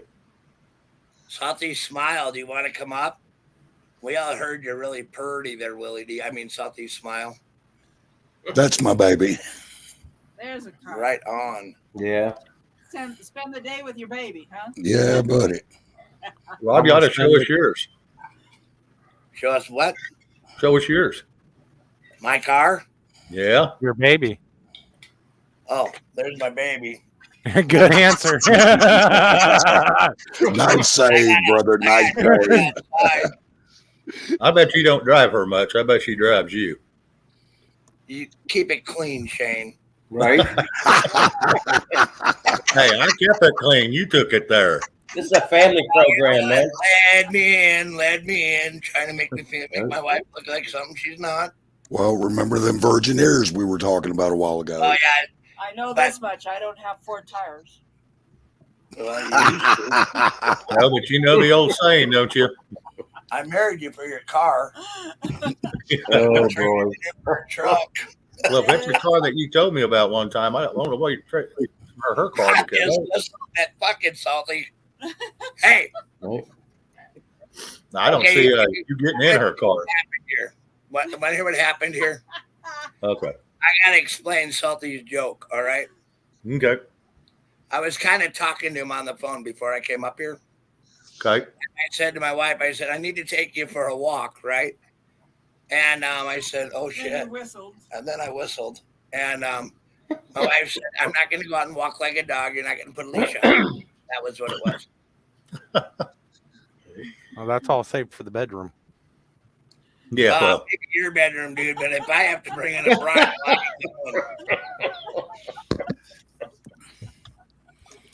And see, that's a free. yeah. Have on your own 2 Lighting feet up rod. here. wake up in the morning and you got your foot in the stirrup, you're in the wrong place. You're in the delivery room. You think? Ho hum. Willie, I did drop the link right before your last salty comment. Yeah, but Chris, that car, I've seen your car before. You've showed it before. And Yep. You had the Or is it? the ground package you had put on it, and the special order and all that. But my best memories is I'm old school. Big block, 4-speed, posi rear, and I've owned a bunch of them over the years. It's not a 4-speed, and it's not banging balls to the wall, banging gears. I don't want it. I don't want an automatic. I don't want no part of it. If I can't stroke 4 gears, I'm done. But that's me.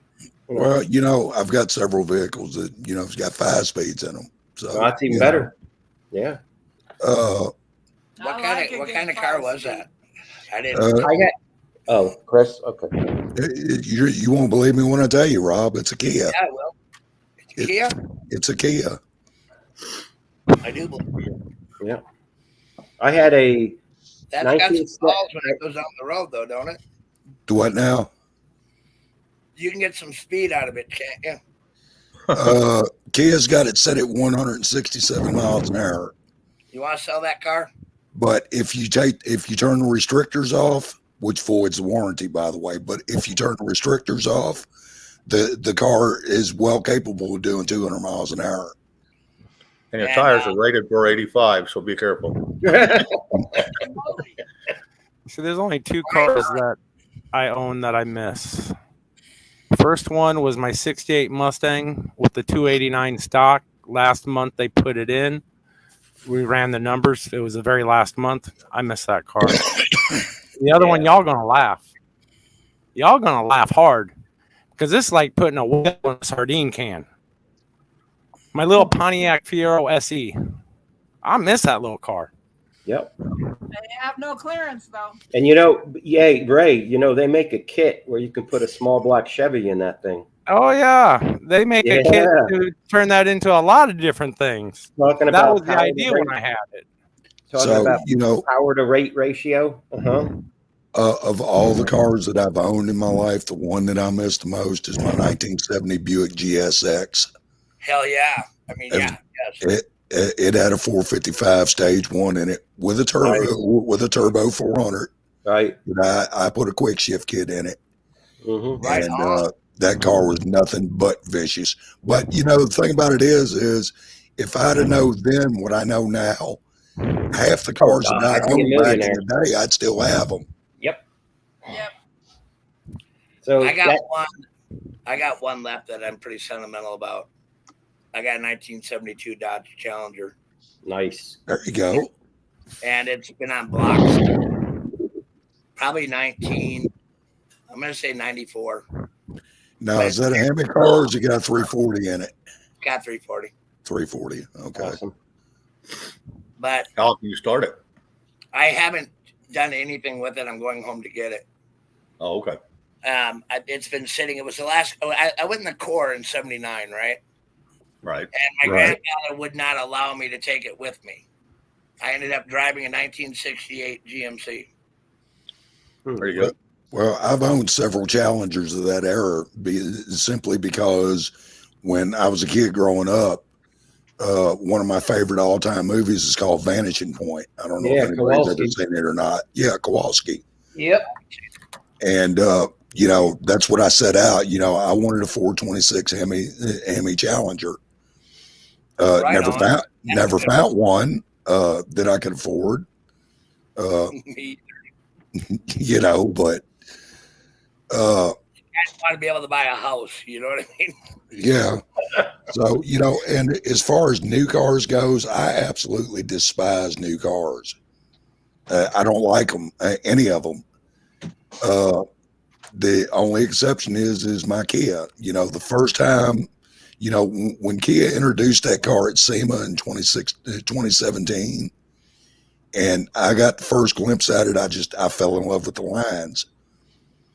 Wasn't And that a concept car? yeah, the actual car that I've got it's based on the SEMA model, the GTS. Right. And so the only difference between that car and mine is that car is all-wheel drive and mine's rear-wheel drive only. It is a true drift car. The best car I ever owned was my 1970-80 duct tape special. Duct tape special. I've owned several like that. I'm not going to complain. I put. There was a little bit of Chevy, a little bit of Ford, a little bit of GMC, and a little bit of Chrysler. So, Chris, your Buick was a 455? Do what now? Your Buick GS was Yeah, it 455? was 455 stage Right. 1. Yeah. That's because I was in Oldsmobile, and they had the highest torque rating, supposedly, through GM at 500 foot-pounds. I believe they were underrated. Yeah, they were underrated because of the insurance criteria. Right. But if you geared them right in a posi rear, forget it. Well, it had a posi rear under it from the factory. Right. And I could pull it in low gear and from a standstill, punch it, shift in the second, shift in the drive, and it would burn both tires until I let off of it. I actually caught a set of tires on fire one time with that car. Right. Holy smokes, that's some torque. Yeah, I went from a 323 to a 390 posi just because I was driving in the city, because I wouldn't want a 390 gear on the highway. And oh my God, that whole car turned into a different animal. Hello, Denise. Denise, hello. Chad, he had a 1972 Chevy step-side pickup with a built-up 350 four-speed with a 411 posi rear end. Wow. Nice. 0 to 100, really. Not wow. I've been looking for a truck like that forever, and you can't find them anymore. Hey, Rob, those old trucks are going way up in price now. Hello, Barrett Jacksons. I got 64 international pickup, and it's got posi in it. Nice. And, it's got that brake line that's really bad, and I haven't really worked on it because I haven't had time. And during my retirement, I'm going to soup up that old international, because I don't like shock absorbers. You don't need them. Right. I figure driving that truck will be like riding a horse. I won't miss a thing. Chop it and lower it, right? Oh, there's no way I'm going to chop it and lower it. I'm not that smart. As far as GM trucks goes, if I could have just one, I'd want a 67 small window. Oh, yeah. So, and I don't care what powertrain's in it. I mean, it could have 6-cylinder, 3-speed on a column would be fine with me, which is how most of them came. So anyway, Rob, what kind of truck did you say you was looking for, Rob? I've been looking for a 1972, that step up that he was talking about. The step bed? Yep. Step side. Step Yep. side? Yeah. They are hard as hell to 1972. find. Huh. I make a call over to Woodward, see if he still got them 3. I'd appreciate it because I probably would jump on it. Yep. Beverly Hillbillies Rob. They call you Jed. They just call me Jed. Come and listen to a story about a man named Rob. Jed. He was so outspoken, people thought he was a snob.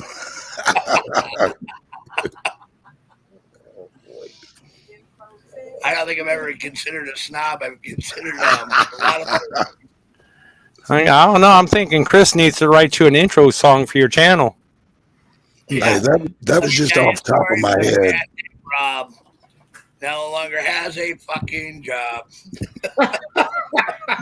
Yeah. Well, I don't either. I'm retired, so I'm retiring. I'm really going to. I think slow her down a little. I've been going strong for a lot of years. Want to get me a beer? Sure. But I'm enjoying it today. I really enjoyed today. I haven't had a day like this probably in 20 years. You know, 17 anyway. You know, I don't even know last time. Where you went out with no agenda. Go ahead. I'm just reading chat. Chad Gambler, you had your dad had 3 on the tree Ford pickup. I guarantee you it was a throwout bearing. They had a lot of problems with it. That's why it popped out. Oh, Popping out of gear. either that or the synchronizers were wiped in the transmission. Yeah. I don't have a bike. Not at all, Park. I ain't gonna lie about that. I don't have one. Rob, you got a pretty mouth. That was healthy dog. And I'm not gonna finish that line because I'm just not going to. Rob, I'll tell you one of the trucks when I was out doing pipelining. Everybody kind of giggled at me when I showed up at a 1963 unibody, a 3-speed and a 289 in it. But it's Nice. 3-speed on the column, long bed, and they had the unibody. It was all one piece. It wasn't a bed and a cab. We was going up and down them hills, and this thing's just 2-wheel drive. We're going up and down these hills, and they just take a bulldozer and knock the tops of them off. They don't cut them down. They don't do nothing. They just take off the vegetation. And I had a blowout, so I got to ride back in with my welder because I was welder's helper. And they dropped me off. My uncle went out there, and his little 6-cylinder when it had 3 on a tree, I think it was a 71. We ended up having to carry that tire and the tools to change it damn near a mile over these hills and stuff, put it in mine. Then I had to pull him up the damn hills. But that thing would just crawl over him like it was nothing. Straight 6? On this one I had the 289. 289. Yeah, this would be 8. So I don't even want to tell you my story about the 3 on the tree because you're gonna laugh at me. No. hell, Do go it, for 'cause it. I got one coming, so go ahead, do it, Rob. You always found reverse. I'm gonna say my first car was a 1952 Dodge Coronet Deluxe with the Nice. That'd be something I have today. Oh, it'd be a nice car to have now. and it was 3 on the tree. Awesome. Okay, I gotta pass up on this 3 on the tree shit, right? All right. I Sure did. never taken the 3 on the tree. We had gone to the drive-in, You right? didn't? No. Went to the drive-in, and the guy that I was with got too drunk to drive. And he said, "Hey, why don't you drive the car?" And I'm like, and he said, "It's a 3 on the tree." Well, I didn't know it was on the column, right? It's worse. So I'm looking for the stick shift, right? I get going, I put it in the wrong gear, and I drop the transmission right out of the car. Yeah, you go from first to reverse. That's not a good idea. Right. And I dropped it pretty good. We got towed home. Dodge Dart Swinger. Yeah, they were cool too. My friend had a 66 Chevelle or 65 Chevelle, and it was 3 on the tree. And this is bad. I probably shouldn't say it, but he could get it to backfire by, you're driving Yeah, turn cut the switch and coast turn the with key, gear turn the and then key, turn the key turn the back key on. off, and then back on, and then whatever. Obviously, the valve train's still working, so the gas is not ignited, and it's down in the mufflers. And he'd turn it back on, and it would backfire like a son bitch. And he would do that to all these people on the street. I'm like, oh my god. Yeah, I blow the muffler off a couple of cars like that. Yeah, but if you do when you do it when I was a kid, it'd take the I windows know, I'm bad. I know. in the grocery store, so we got scolded pretty hard for that. Dodge Turbo Interceptor. Yeah, that'd be a damn good car to get. Oh yeah. Been They watching, sell them all the time, those cars. been watching The Wraith. Have you? You seen that movie, right? The Wraith. I can't remember. No. Charlie Sheen. Well, I probably have. It's from the '80s, and in the movie was a concept Dodge Turbo Interceptor. Okay. Because the cops the cops and all the city police around here used them, and they would sell them. Now they would take and unrape them, so you couldn't go as fast as them because they had theirs, tuned up pretty good. Yeah. He's barking, isn't he? No. Oh, that's on here. Oh, sorry, hon. So, and a funny side note is that concept car from the movie was actually found and totally restored, and it's in a collection. Yeah, you're right. There's only one. Wow.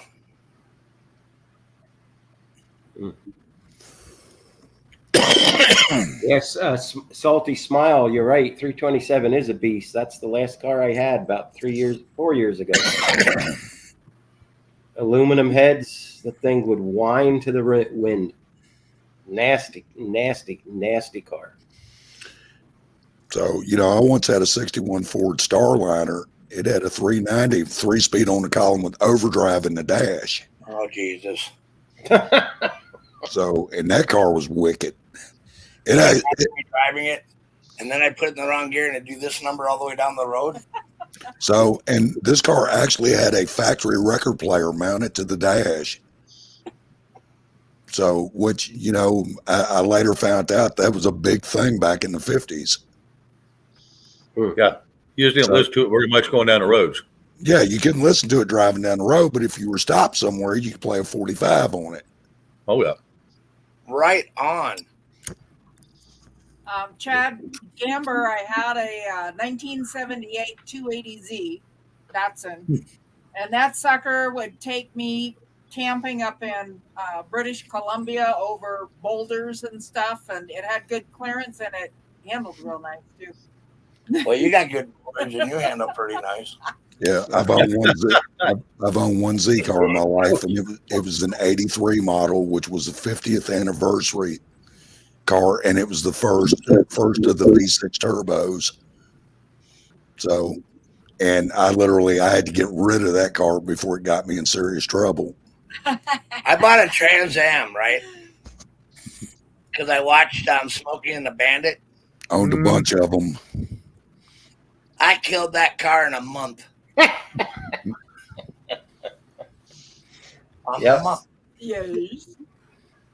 I'm like, gonna go as fast as I can because I can, right? Yep, there it is. That's a concept car we was just talking about. Oh, right on. Oh, that's kind of sweet. Yeah. So, but anyway, I think the movie's from 1985 or 1986, and it's on BitChute if you want to watch it. Yeah, I don't want to watch. You can kill it anytime you want, right? Anybody ever see a Pontiac 2+2? Yeah. We had a metal flake light purple. We called it the purple people eater because when you went to pass someone, it always kicked into that high over gear right next to the driver's Purple door. people eater. Yeah. Hold your breath. Yep, sure did. I own one 67 model. It had a 389 in it with 3 deuces. Yeah, that was about when we had ours. It was right around there because my dad ended up getting a '69 Charger after that. He always wanted his 2+2 back. You think? Yeah. Purple people eat. The purple people eater. I dated a girl like that. Had a 69 Plymouth GTX. I had a 67 GTX. Those are good I like cars. the 69s. I like those 69s.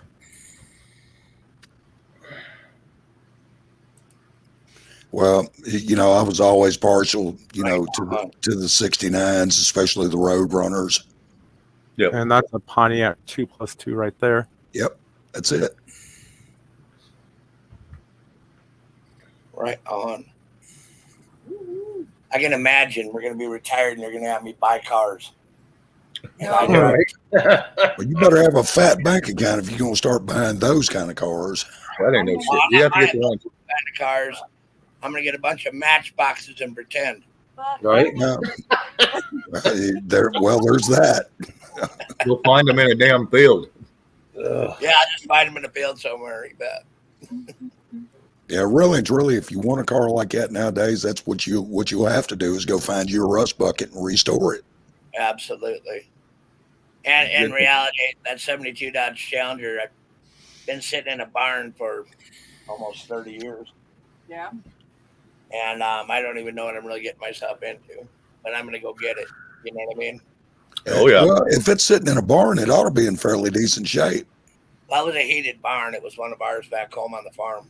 Doesn't make any difference as long as rain wasn't getting into it, moisture like Rain that. wouldn't get into it, and mice wouldn't get into it either because we didn't have very many mice in that barn. It was pretty sealed. Yeah, like I say, you know, it ought to be in fairly decent shape. I'm going to find out when I get home. I'm going to get home here in the next little bit, and then I'll see what I got my hands on, and I'm going to get on it. You know what I mean? I would. I'm going to be excited about it. I want to see all of you squeeze into one of these. Huh. What, an Alfa Romeo? Yeah. No, there you go. Fiat. Oh, a Fiero. Fiero. Okay. Little No. Fiats were fun. Buy a Prius. No clear. That was my first car. Well, you know, those cars were plagued with engine fires back in the day. Yeah, and then they fixed that, and they were going to come out with a V8 version of the Pontiac Fiero. People quit buying them for that reason, so they quit making them. They quit making them before they were going to put the V8 in. Back in the day, a 70 Chevelle 336 SS. Wow. 396 with Muncie 4 Posse. Right on. That's a good car. Yeah, and you know how much one of those cars in a fair example is worth nowadays? No idea. Over $100,000 for a numbers matching 70 Chevelle Super Sport. How much is your life insurance up to? Let me tell you a quick story with that Fiero. Well, 2 quick stories. One, it was the middle of winter, and I was coming home from work, and it was a pretty steep grade hill that I had to go up, and we had just gotten, I lived in Omaha at the time, and we had just got hit by a hell of a snowstorm. Roads were completely iced over. The plows hadn't even been out yet to plow all the roads. So I'm going up this hill, and I pull over and stop because this big old burly Chevy GMC four-wheeling super swamper tires lifted. It was stuck. So I helped them push that car out all up the hill. We finally got it unstuck, got it pushed up.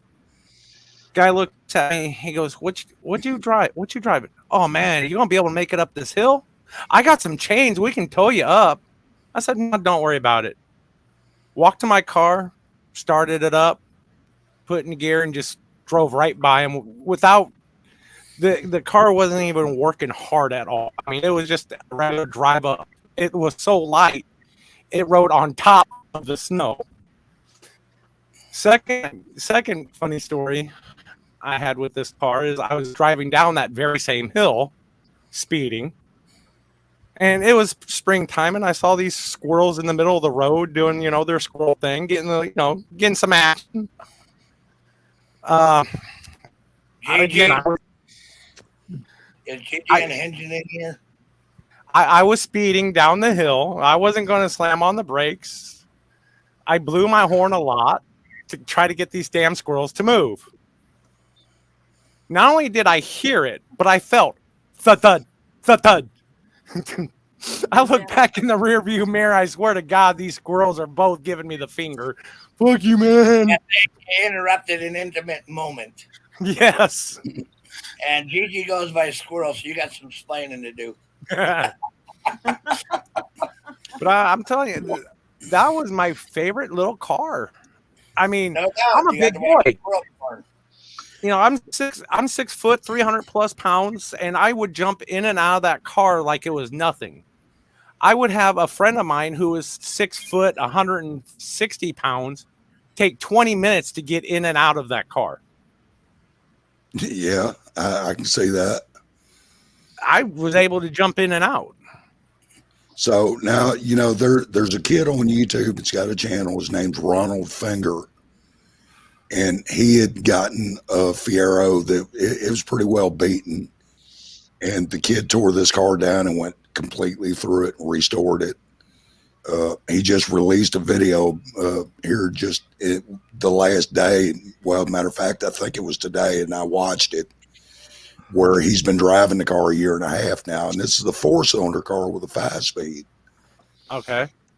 And, he's just, going on about, his experiences with it and all like that. And he had said, that he didn't restore the car for it to be a trailer queen. He restored it to be a daily driver. And that's what he uses it for. So, you may want to check him out. Well, I used to watch and be involved in Fiero forums, and then I stopped because I was starting to get jealous. I wanted my Fiero back. And I started pricing just a beat up Fiero. And even a beat up Fiero in the shit poorest condition possible, you're looking $3,000-$4,000. Yeah, easy. And that's for a non-runner. That ain't even for a roller. Thank you, Salty Smile. Those were fun little cars. Oh my God, I had so much fun in it. So now y'all want to hear a funny story? I'm from Tennessee. Redneck Central. We're always slapping shit together. And I was at one of the lakes, and an old boy down there, I'd never seen anything like it in my life. He built a pontoon boat, and he built it with 6 55-gallon drums welded together. All right. He built a frame on top of it with a deck. All right. What he used for a cabin for this boat is a 66 Chevrolet van. He had set down on top of it, and he powers this thing with 2 V6 Mercury engines. And like I said, I had never seen anything like it in my life, and I thought to myself, first time I seen it, that takes imagination. Yeah, I wished I'd have gotten pictures of it. And if I ever see it again down there, I'm going to take some pictures of it. Oh, hell yes. Cool. Dorinda, you ain't shut up since I got here. What's up with you? I'm just listening. I know Dorinda's always a motor mouth. Yeah, well, I'm trying to behave. I'm not trying to step on, talk when other people are talking. So I'm just sitting here listening and enjoying myself. What she's trying to say is we all suck, and she's just here for the beer. There we go. That'll work. Well, hell, I'm only here for the beer. I didn't say that. I did. I'm enjoying everybody's conversations, although I know shit about cars, so that's kind of over my head, but whatever. Roger Graves, absolutely. Some do it right, and they actually take 2 Fieros and lengthen the Fiero so that it has the proper wheelbase. But a lot of people just buy the slap-on kits too. and do Lamborghinis out of Fieros. Well, now a funny fact about the Fiero is on the 4-cylinder models, not the V6s, but the 4-cylinder models, the front end steering mechanism is from a Chevette. Yeah. All right. And the rear drive is from a Chevy Citation. So I just thought that was, a fun, interesting fact about those cars. And Oh, Parker, yes, they did. I remember those were the worst things to freaking replace were the speakers. I actually hated working on the Fiero. You had to be a contortionist. The way they shoehorned that engine into that mid. Oh my God. It's true. I've been there, done that. It got to the point where I'm like, okay, I'm paying a mechanic to do this. Well, that would have been me. Why So, enjoy working on my cars? I've got a buddy, and he's got a 65 Chevrolet Corvair that they shoehorned a 4-liter Cadillac North Star V8 engine in the back of it. They cut it in, didn't they? Yeah, they had to do a little bit of cutting to get it to work. Matter And of fact, you can't drive this car. You can't hold it in the road.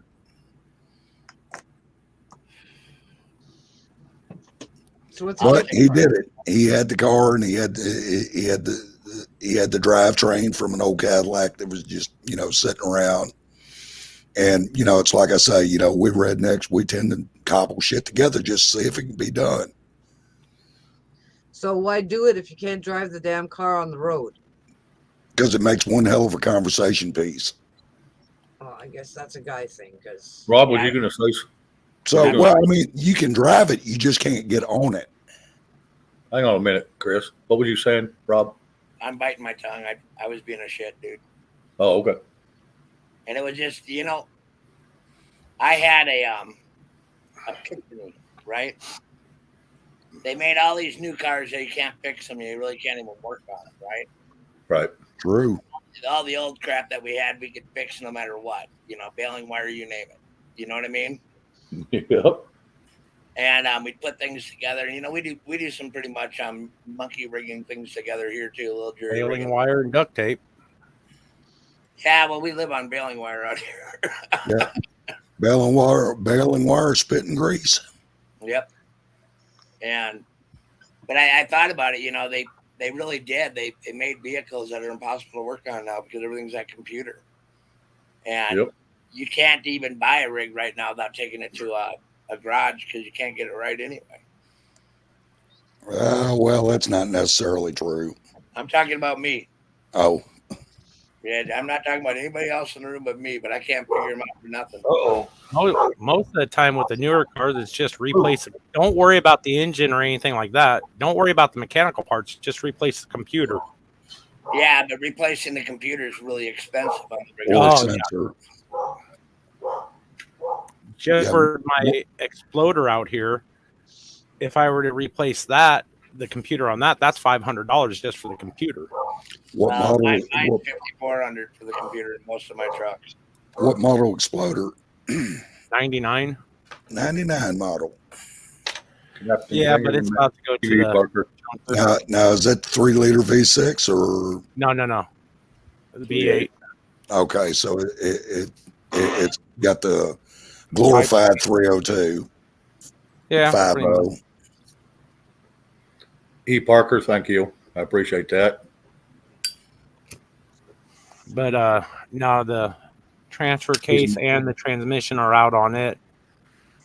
The transmission's going out. The transfer case is out. So I'm like, Common problem with them.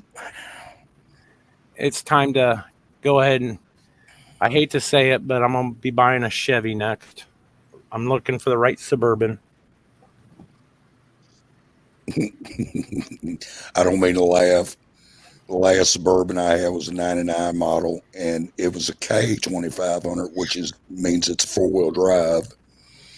And it had a 454 in it. I spent more time working on that damn thing than I did driving it. Well, the only reason I'm looking at that is, although like Shane knows, I'm always looking for a Class A. That's in my price range, but the Suburban is about the only thing that has enough freaking power to haul whatever it is that I want to get. I've been Yeah, kind of Go ahead. thinking about my Class A, right? I'm thinking I'm going to build a covered wagon and put 6 horses out there, right? Then all I got to do is worry about feeding them. Yep. Now I sat And down. Go ahead. I was just going to say, and don't get in no hurry to go anywhere. Who, me? Yeah, you got 6 horses. And I'm not in any hurry. I'm retired. You know what I mean? I'm going to eat roadkill. I'm going to eat roadkill all the way. We have 6 horses and a Great Pyrenees. And a Great Pyrenees, and that Pyrenees don't care about eating Pyrenees steak. you have to find somebody's grandma to put in a rocking chair up top. Yeah, I probably will. I've already been called to clamp it, so I just might as well go with that name. And don't forget that double barrel now. Well, And yeah, I don't think I'm messing around with a double barrel. I got plenty of that. Yeah, double barrels are awesome, but they're obsolete. A pump. Yeah, Yeah. pumps. I got plenty of shotguns. You know what I found today though? What's that, Rob? I found 20 gauge slugs, hollow point rifled, for $6.25 a package for 5 of them. That wasn't bad. My God, I hope you bought them. Yeah, I bought everything they had. All of them. Awesome. Yeah, you can find sales like this is a rifled slug now, right? It's Yeah. a rifled slug for a 20 gauge. Right. You know what I mean? Yes. Hey, Chris, be careful showing weapons on here. I know you want to. No, I'm just taking it out of my pocket. Oh, okay. Riding up. What was that? Milo gives me Yeah, when I lived up in Jersey, It Rob, was 38. me and my Okay. pop, when we'd hunt, we'd use well, buckshot was kind of a lot of times you'd wound stuff and it keep running away, but we got a slug barrel. The barrel was rifled too, and a Okay. rifled slug. And you're talking, you'd probably go $1.50, as far as yardage. Not even that. Well, whatever. I mean, if you're real confident, but that would do it. I mean, that's old technology. You're talking, 35 years ago. So Yeah. the slug not guns that the slug guns they got now, forget it. It's like shooting Yeah. a rifle. Yeah. Milo here gives me crap because he sees the 12 gauge that I want to buy, which is a DP12. It's A Diamondback? the DP12 by Standard Manufacture. I think it's Standard, Okay. but it's a double barrel 2-shot slide action. Well, I guess it's a slide pump. It's I don't want to show it, but you can do a quick search for DP. Yeah, I know what it is. It's And, got 2 I barrels, like but it's a pump. That right. It's I a got pump. it. Well, it's more of a slide action, but Oh. it allows you to fire left, then right, and then you pump it, and it holds. It's 12 shots. Right. It'll hold 12 shells, 14 if you include what's loaded in the barrel. But So- don't you have a plug that you have to have in it? What's that? Only in California you're required to have that.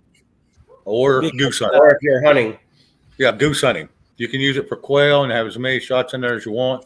But if you're goose hunting, you No only have 3 shit. shots. Yep. I go to a lot of gun shows and stuff like that. Wait a minute. Arizona doesn't have any limitations like that on it. Okay. Some Oh, don't. shit. I live in Arizona. I didn't even know that. Yeah, Arizona is very. That's one good thing I like about Arizona is there's very few limitations on our 2As. Well, I know that, but the thing about it is, I hadn't even ever heard of that 12 gauge you were talking about. You know what I mean? Oh, yeah. Huh. Well, it is newer. I mean, You think? Because I didn't hear about it. it's more of a tactical shotgun than it is Yeah. anything else. Yeah, Rob, it's got pick rails 3/4 all the way around. All right. And we're Yeah. going after, and then we go after tactical quail, right? Right. Make sure you're wearing their camo. There's No, an I'm gonna go after armor-plated those trail. zombie deer. yeah, I've got a shotgun like that called a Boss 25. And now I'm familiar with that one. And so, you know, and I also bought a 20 round barrel drum to go with it.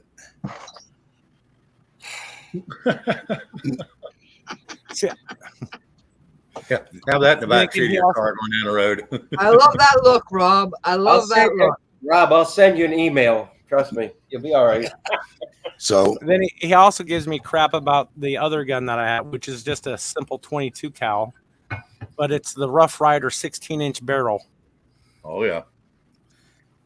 which is kind of funny. I even laugh at the damn thing because, you know, it's a Joker gun. Yeah, it's silly as hell looking. Shit, God damn it, I can't think. My mind is not working. Rough Rider, The you Hulk- talking about Heritage Manufacturing? Yes, the I got a Rough Rider. Well, that's a Do Yeah, pistol. I had a Rough Rider BB gun. Revolver. It's a revolver. It's Right. classified as a revolver, but Right. it's It's got a 16 inch. buttstock on it. Right. yeah, I'm No, mine familiar has a with it. pistol grip. Mine is straight set as a pistol grip. But you can convert it to a buttstock. You can very easily. Yeah. Yes. 2 screws and that you can put a buttstock on it and convert it over to a carbine. Bill State, hello. So, but what I was saying a while ago is I go to a lot of gun shows and stuff like that. And I'd like to dispel a myth where they say you can go to a gun show and buy a gun, you know, no questions asked. That's bullshit. That is In- bullshit. In this state, if you go to a gun show and you go to buy a gun, you have to go through a background check before you can leave with it. Yeah, and then if you live out of state, it has to be shipped to a dealer in your In- state and pick it in up that there. state. Right, exactly. So, Yep. but now out in the parking lot, you're Oh yeah, always it's not from anybody. you're always going to find people out there selling ammo and stuff like that. Oh, absolutely. And I don't know, with your permission, I'd like to show you some ammo, not a gun, just ammo. I think we may be okay with that. Okay, there was a guy out there in the parking lot, John, hello. Go ahead. and he had one box of these. Okay. There you go. Plus P plus. That's rare. Yeah, but you got to be careful with those plus P pluses because sometimes them loads are too hot. Like there's some of them that can only handle 145 load, and some of them P plus Ps can get up to 165. So, well, my 38's rated for it. So, Okay. Is it rated for plus P or is it rated for plus P plus? it's rated for plus P plus. Okay. Those are hard rounds to find right now. I got HTPs I love them. I love them. and 158 grain. That's for my 357. Yep. And then on my other one, on my 45s, I got 266 grain. Nice. So, And- no, go ahead, Rob. And on my 9mm, it's hard to find anything over 115. You're very fortunate if you find anything over 115 here. Oh yeah. Yeah, we can run a little higher here, 135 or so. So, And That's that's not- what I'm looking for, but you can't find them here. Yep. but I seen that box and I'm like, dude, I'll take all these you got. And he said, that's Absolutely. the last box. Oh, what? I'd So I'm grab not it. a big fan of 9mm. Hey, I'll tell you what. There's a lot of people not a fan of it, and they'll only shoot through 1 to 2 cinder bricks, stacked in front of each other. I don't know, about 30 feet, 40 feet. They make Taurus makes a 41 revolver, and it has a size. The bullet is the size of a 22, but the load is hot as a 44, and they call it a 41. And they said I was going to buy it. And they said, well, the shells are real hard to find. Well, I come to find out this other little town I go to all the time, they have a big gun store. They said, oh, we got them by the millions. So I went back to buy it, and which was 160 miles away the other way, and it was already gone. And I wish I'd have bought it because that thing, for a pistol, that thing had some penetrating power. It goes through 9 cinder bricks. Right. 9. Or a 9mm go through 2. With salty, lucky. salty. It Yeah, depends on the gun. If you, Don't I be mean, smart. Do not do that. Don't do well, it. unless you have like a judge or a governor that's designed for a 410 45. Mine Yeah, but is. he's talking 45-70. That's a much bigger caliber. By far. Don't do it. Yeah, So I just got rid of a judge.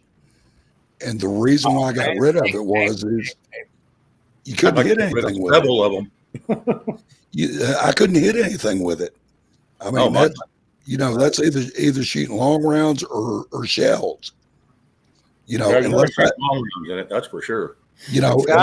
Unless whatever I was shooting at was less than 25 feet from me, I couldn't hit it. Huh. Yeah. So I know I only have the crap because of barrel, but the 45s had come out of it pretty good. I could hit with the 45s. I went to kill snakes, and it made me take me 2 hits to finally hit it in the head, even when I was damn near on its head. Right. They just scatter too quick because the barrel's too short. So I limited my guns to very basic needs. My 22 long and Magnum, which is the Heritage Rough Rider. Right. That's for small game. I have my 12 gauge for personal and for foul. I have my 45 for personal. Right. So I said the 12 gauge, the 45, and the 22. And I'm still looking for an actual big game rifle. I'm thinking 308, but here's a question I for you. Weatherby 308. That Weatherby 308 is all I ever use. Yeah. That's a good flat shooter. Right. Huh. Have you checked the laws in Alaska? Yep. They're just as friendly, if not friendlier, than here in Arizona. Okay. So Ray, your Heritage, you obviously have 2 cylinders, one for the 22 mag and one for the LR. Yeah. Right. Yeah, I got both cylinders. So now I'm going to answer Bill's State National. What do you think of the 308? I love that weapon. It's really accurate and it's fast round, and it's going to take down anything you want to take down. You know what I mean?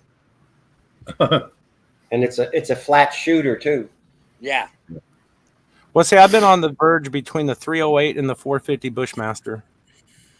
The 450 Bushmaster is good, but it doesn't have the velocity. It has more kinetic energy when it hits within 100 yards. But if you want to reach out and touch someone at 600 yards, 308. Yep. I was going to say, and the 308's about half the cost. Yeah. Yeah, I got a couple of them in the other room. On it, right? So it's real accurate. You know what I mean? Yep.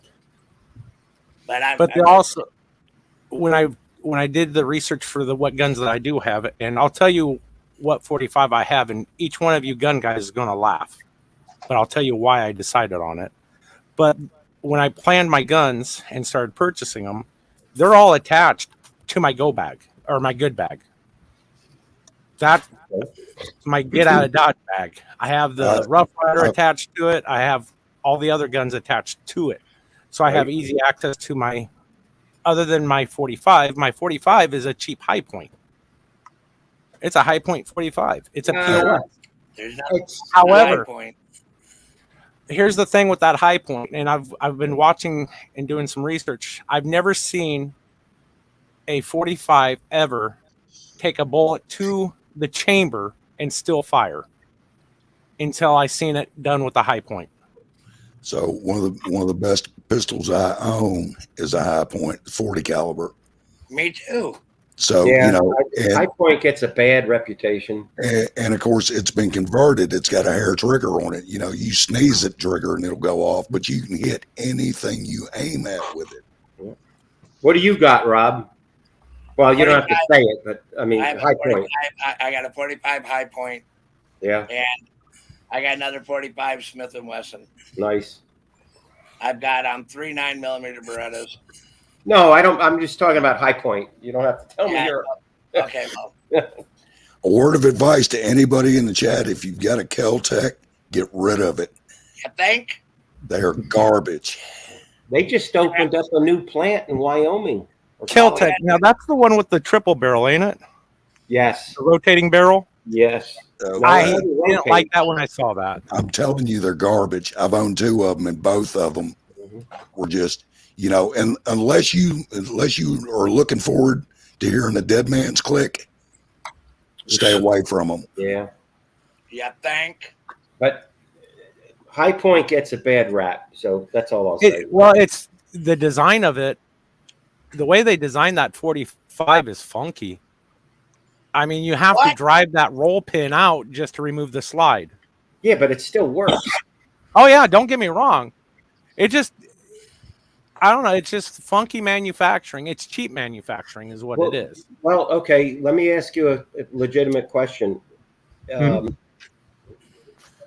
Why are you taking your pew apart when you can get some PB blaster, or I don't even buy. That's the first thing I do. Anytime I buy a new firearm. I don't even buy gun scrubber. I buy non-chlorinated brake cleaner. It's the same damn thing. Amen. It's 1/3 the price. Absolutely. The first thing I I do. open the chamber, I drop the mag, and I spray the shit out of it. We're done. The first thing I do anytime I buy a new firearm is to before I even fire it for the first time, I dismantle it. I get it. No, that's good. It's just the way that I am brought up. I know my tool intimately before I use my tool. Yep.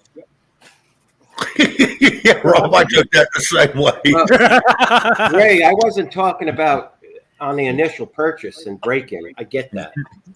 I'm just saying, throughout the. You all right, Rob?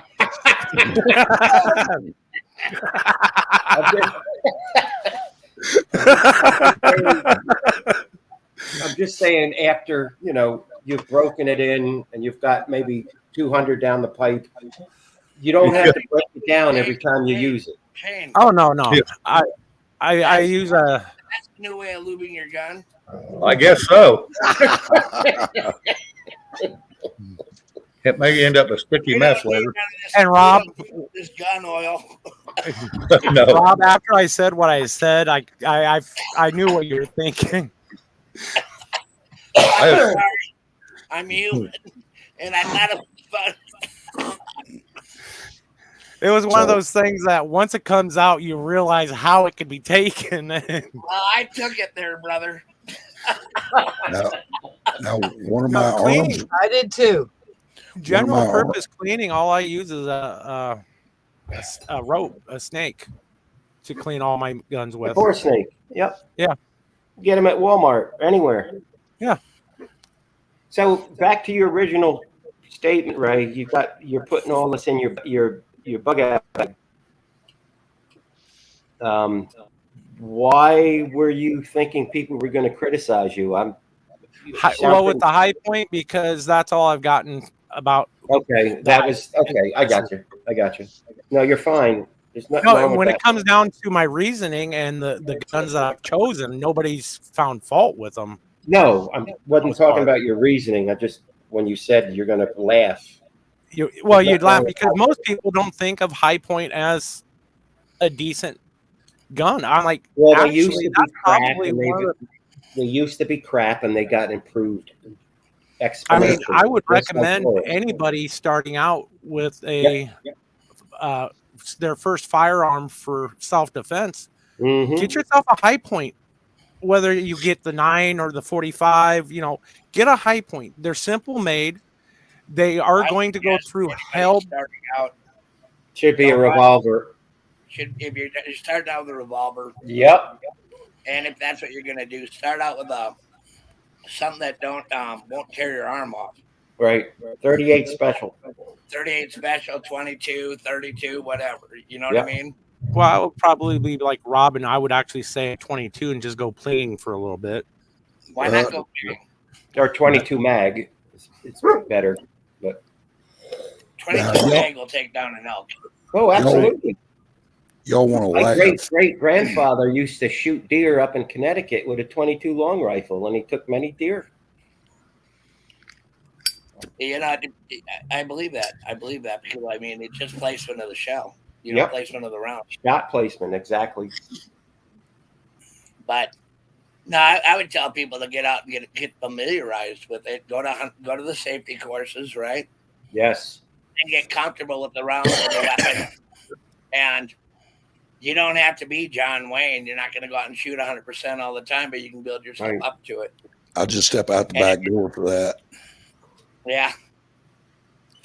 I pretty much can target practice anywhere I'm at right now, but I won't be able to when I leave unless I get lucky. That's awesome to be able to do that right out your back door. I take a piss out my back door. Yes, I'm here. You know, So do I. That's one of the beautiful things about living in the country. So I live in town, but on the south side of me, I own that land too, and it's nothing but wooded area. So in the summer, I don't have any problems. So, well, let me ask y'all what you think about this. Uh-oh. All right. One of my readily reachable weapons is a 410 Mossberg, and it's a riot gun. It's short barrel with a pistol grip on it. Right. All right. Holds 5, or you know, if you load one up in the chamber, you know, it'll hold 6. And I've got the round staggered. I've got 1 slug, 1 dragon's breath, 1 slug, 1 dragon's breath. Awesome. And so, you know, what do I think? I think you've got it loaded the right way. We used to call them snake turtles. I'm a big fan of the dragon's breath. Mm-hmm. Dragon's breath are awesome around. Put a hole in them and cauterize it at the same time. Yeah, exactly. And then find the one that'll shoot the mini shells, which are just what, 1.5 inches long, but you can put twice the amount of shells in there. That's Mossy that's why I want to get that DB12. Yeah, Mossy makes a model that'll take them. Well, Samantha, I don't plan on shooting it inside of the house, and that's the reason why the slug is first. Yep. See, it's loaded. Okay. But if you want the insurance money, you got to light one up in the house too. Yeah. Well, personally, I'd rather keep the house, but you know, that's me. Salty smile. We're talking guns. It's over my head. It's like cars. I don't know shit. No. What he said, 17 is his fun gun, and that is a really good gun. Right. Anyway, we're sitting here like talking all guns when we have a woman on the show going like, when the fuck are you going to get off this subject? Oh, look at Miss Red throwing out. No. All right, y'all. Let's start talking about needlepoint. No. Hey, you know, I want to learn that, Red. Hey, wait a minute. Wait a minute. Well, Chris, we're going to miss you. I'm going to have to boot you for that comment. Okay. No, I'm just teasing. The We ain't doing no damn needlepoint. conversation is wonderful. I'm thoroughly enjoying it. Don't stop on my account. But ER. Dorinda, Yes. I just had to give you some shit. And that's okay. I thought you were dying back there, and we were like, oh my God, Dorinda's not saying anything. She must be getting really mad at us. Trust me. No, I was thoroughly. My husband has been going shooting, checking his gun, whatever, at the gun range, whatever. And I said to him, I told you last time I wanted to learn how to shoot the guns. And he's like, oh crap. You don't want me to learn how to shoot his gun. Well, you kind of think life is good. Trust me, Samantha, I will be Hey, careful. honey, I got an argument in her right now. You taught me. No, that's not what I wanted to learn for, but that's okay. I'm teasing, Dorinda. I really am. My Yeah, wife but he just I think it's not quite ready to teach me how to do that yet. So, well, I'll tell you what, Dorinda, when you're ready, do it, because there's nothing more. Yeah, well, let me get the verbiage right. I don't want to be, a woman that can shoot. My sister can shoot the wings off a fly. Okay. Oh, God. She makes her husband's a cop, and she makes him look like a wimp as far as shooting. My daughters are the same way. Okay. A woman, it's a misnomer. A woman is a better shot than a man, and it's based on her anatomy, and that's as far as I'm going to go. Period. I've seen it. But you also got to remember, Dorinda is a Canadian. they've got much stricter gun laws. Well, I'm just saying, when she says her husband's going to the range, they've got a dedicated place to go. So, Yeah. take the advantage of it and do it. When my husband Absolutely. when my husband took my kids out to teach them how to shoot, I was not invited. Okay. Now, ER, when you mentioned the mini rounds, the mini shells, Yeah. that's one of the reasons why I'm kind of wanting that DP12 is because it'll shoot the Aquila 1.5-inch mini shells with no problems. The Aguila, right. That Right. just increases my load from 12 ready to go, 12 Right. loaded up Right. to 24.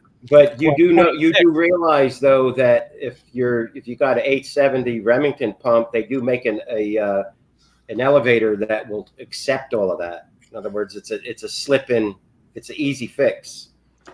That way you get good extraction, good load. You know what I'm saying? You can find different things to put into different pew-pews to make the small shells work. Oh yeah, I mean, I know that. I just know that with that DP12, those mini shells work right out the box with no problems. Right. No extraction issue, no loading issue. Right. I mean, that's one of the selling features. Yes. For me anyways. Yep. And if you're in a bad way and you need, unfortunately, multiple get out of my house things, then that's the way to go. I just fart.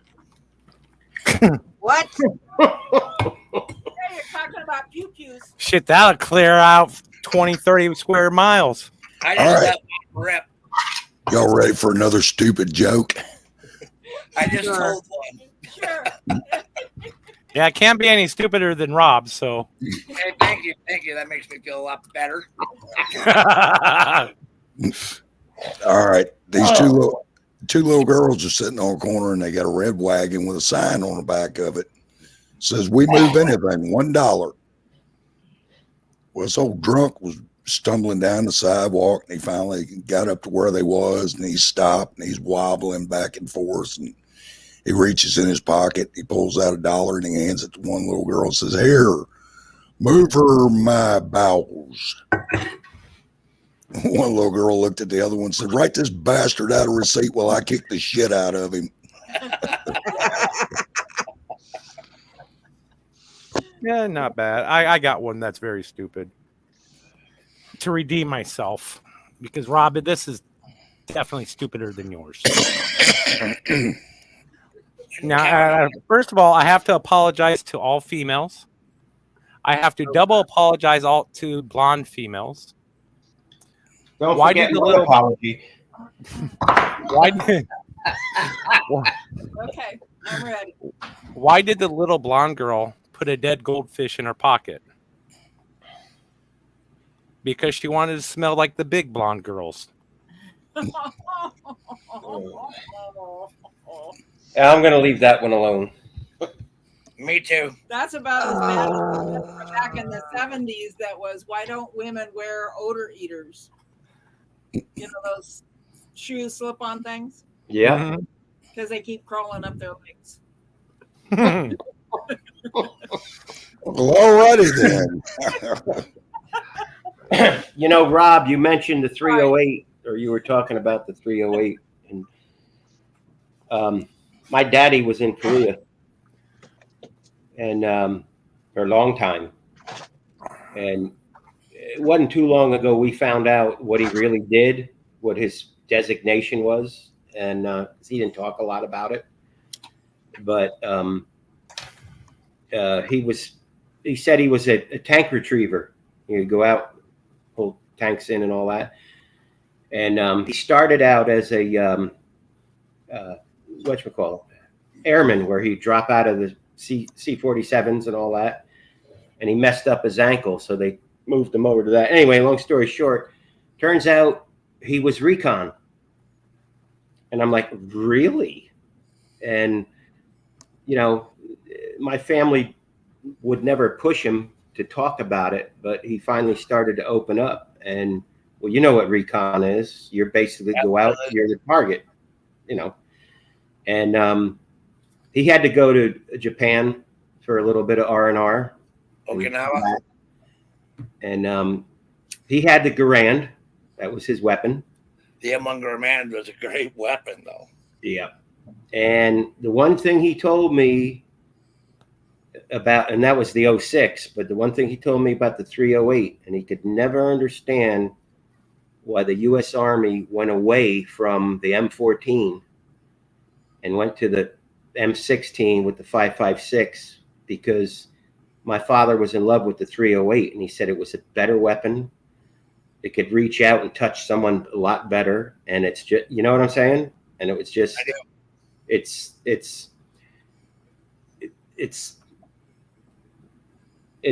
weird to, not weird, but it's when you hear it from someone that's lived it. I mean, you get it. You know what I mean? So Amen.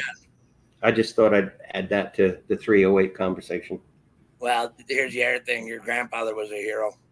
Well, no, it's my dad. He's still alive. Your dad. That guy's a hero, man. Real. Just turned 91. Just turned 91.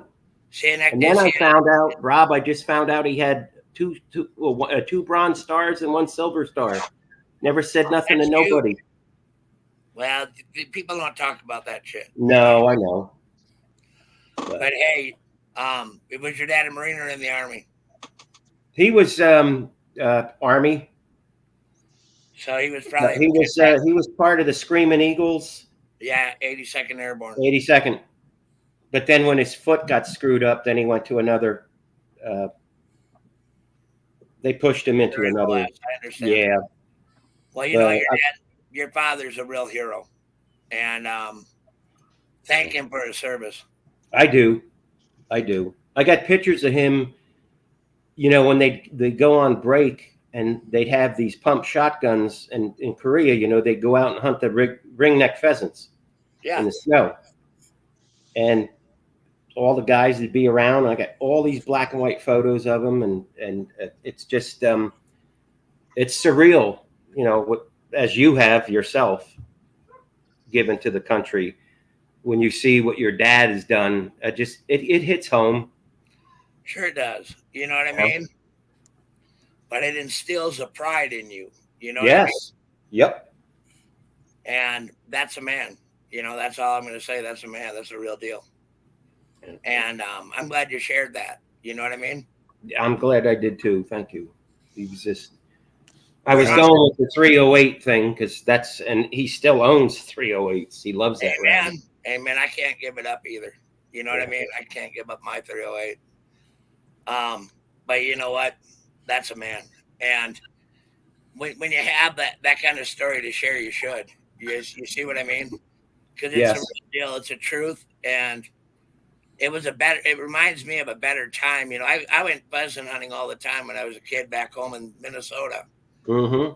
And I actually enjoyed the hell out of pheasant hunting and stuff. You know, I liked eating pheasants. And I take a look at all our history, right? Men like your father, men like my family, my father, my grandfather, you know what I mean? Right. And I take a look at these people, you know what I mean? They're the real deal. And that's what I was bringing it up today was because it's so important that we don't forget our history. We don't forget our communities. And we don't forget each other. Right. Absolutely. And you know, when he was bringing me up and when I first started hunting deer in Jersey, we were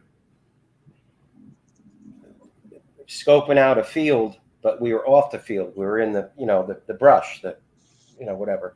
And some idiot was just throwing buckshot out left and right. And you could hear it pinging through the trees. And the next thing I know, my father slapped me as hard as he could right on the top of my head and planted my ass right down in the ground. He heard it coming in. And that's training. And I'm like, wow. Well, that was a shocker. And I do to this day, so I'm not gonna. No, I know. I don't doubt. I know, but it's just you don't lose that mentality when you've been there. So. No, you don't.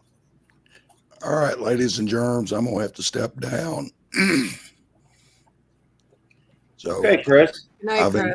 I've enjoyed the conversation. Yes. Thanks for stopping by. Shane, I appreciate you having me up, brother. Not a problem. Hey, Chris, Yes, sir. glad to get to know you. And glad to get to know you too, sir. Thank you for your service. I didn't have anything better to do. Yeah, I say the same thing.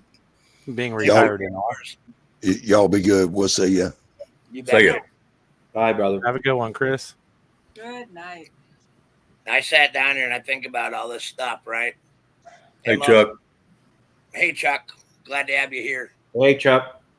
I look at all Hey, this. Chuck. Michael Gale too.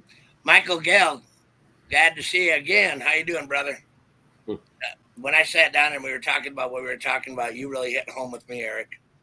The fact that we have a lot of history amongst us with our elderly as well as with our young people, right?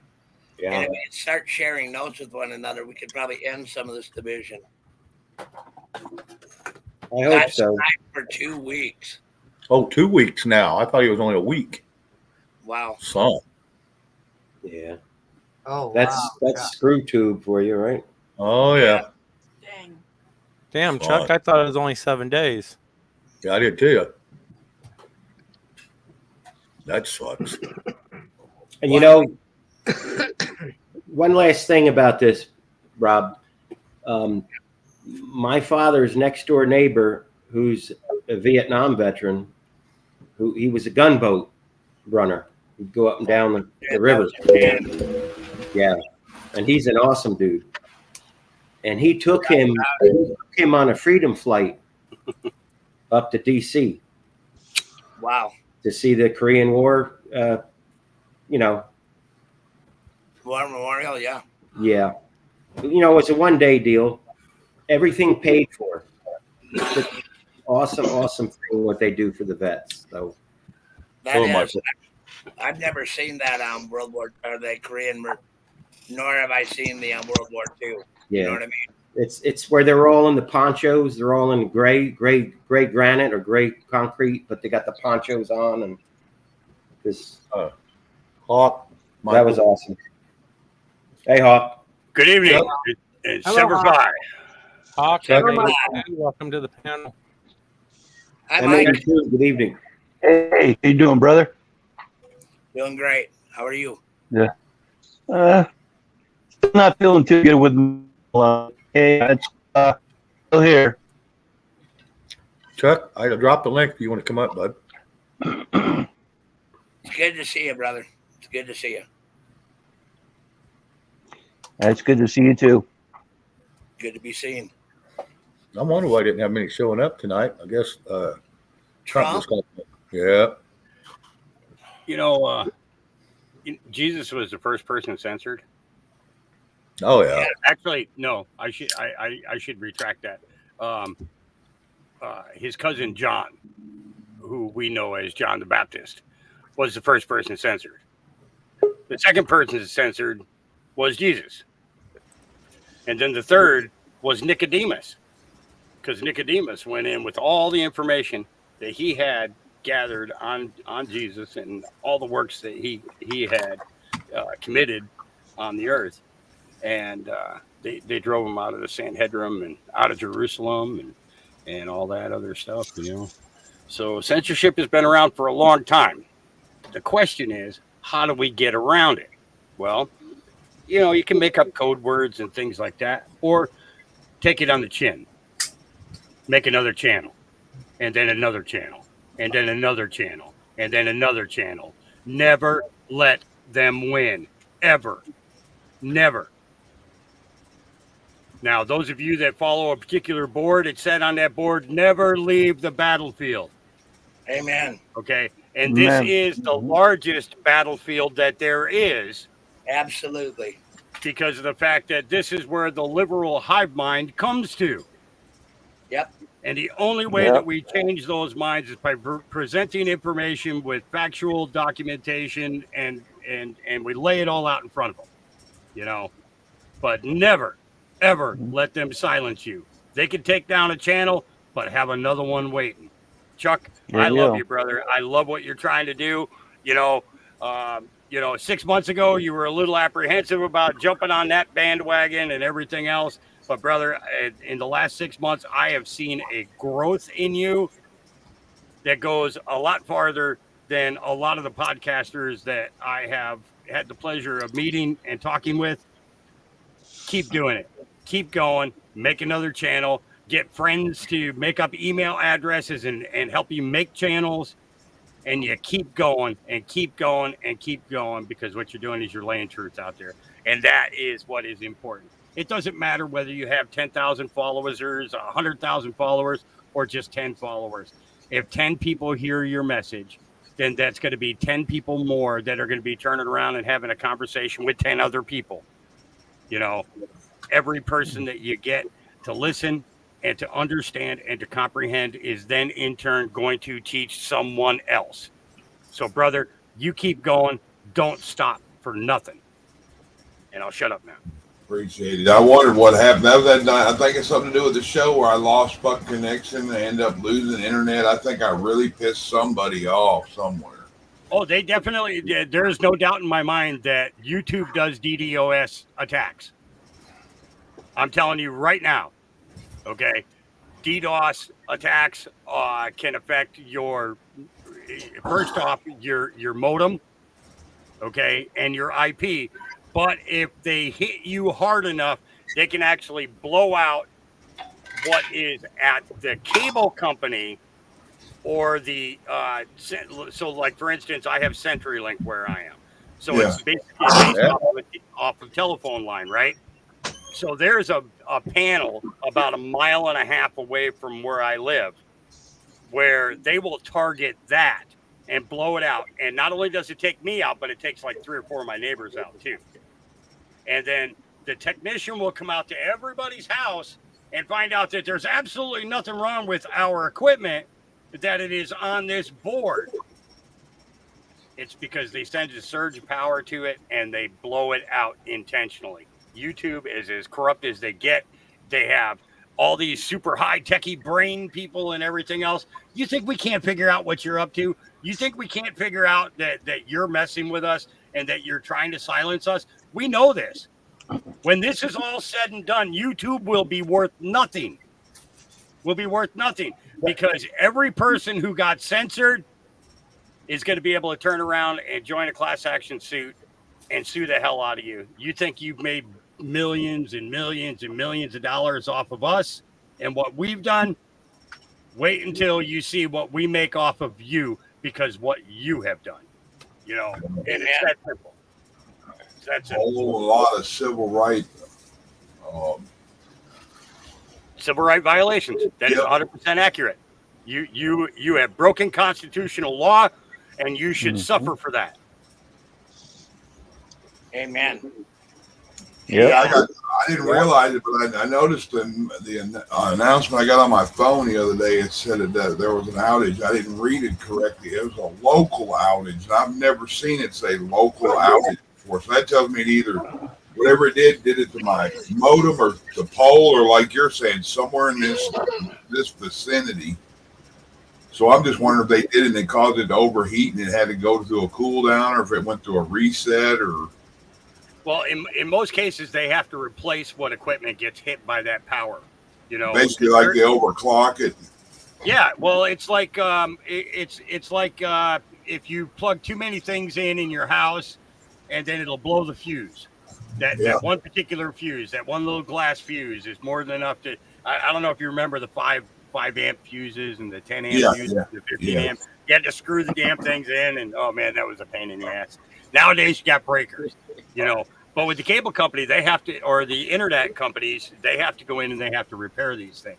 And the thing is that in doing so, it actually is waking people up more and more to the fact that when one of your favorite podcasters disappears, and their channel disappears, you know that they were telling the truth. I mean, it's that simple. That's what happened to me.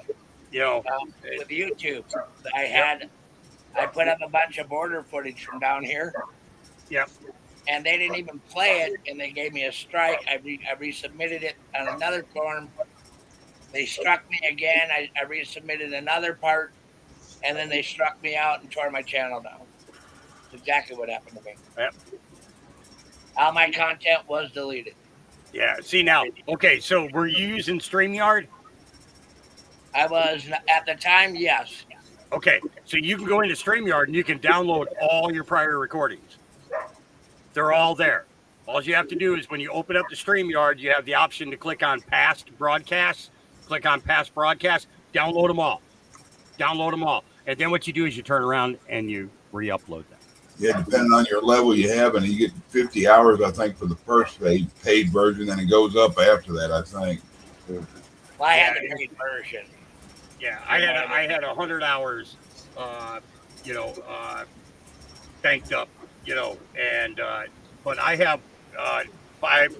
Well, actually, I'm up to 7 5-terabyte hard drives.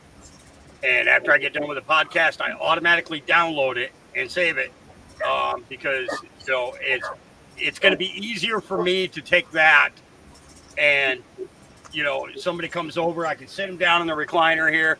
I can pull out the hard drive, plug it in, and say, okay, so I want you to watch what happened 6 months ago. Now I want you to watch what happened 5 months ago. Now I want you to watch what happened 4 months ago, 3 months ago, 2 months ago, 1 month ago, and then today. Get them caught up. Get them to see and understand all the things that have transpired and changed. So I have recordings that go back 2.5 years.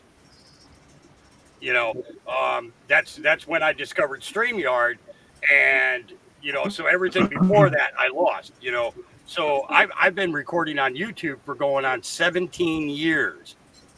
They took all my cannabis, all my medicinal, everything to do with medical cannabis, and let me tell you, we did some very in-depth scientific documentaries where we had the patients there, we had their doctors talking, we had their nurses talking, we had their families talking about how they beat cancer with RSO, how they beat non-Hodgkin's lymphoma with RSO, how they beat lupus with RSO, how they got rid of seizures with RSO, how they got rid of this, that, how to make salve, how to make it properly so that you can that you don't get high from it, but you can eliminate your pain for 12 hours at a time.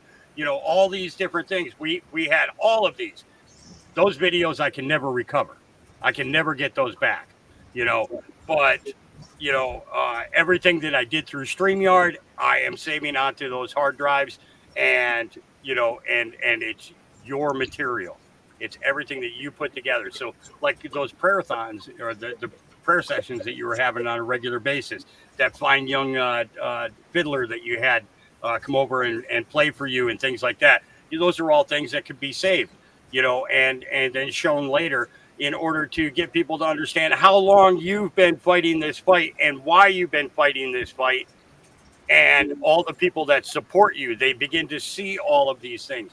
And when all of this is manifested in front of people, they have the ability to be able to to ascertain truth from the bullshit.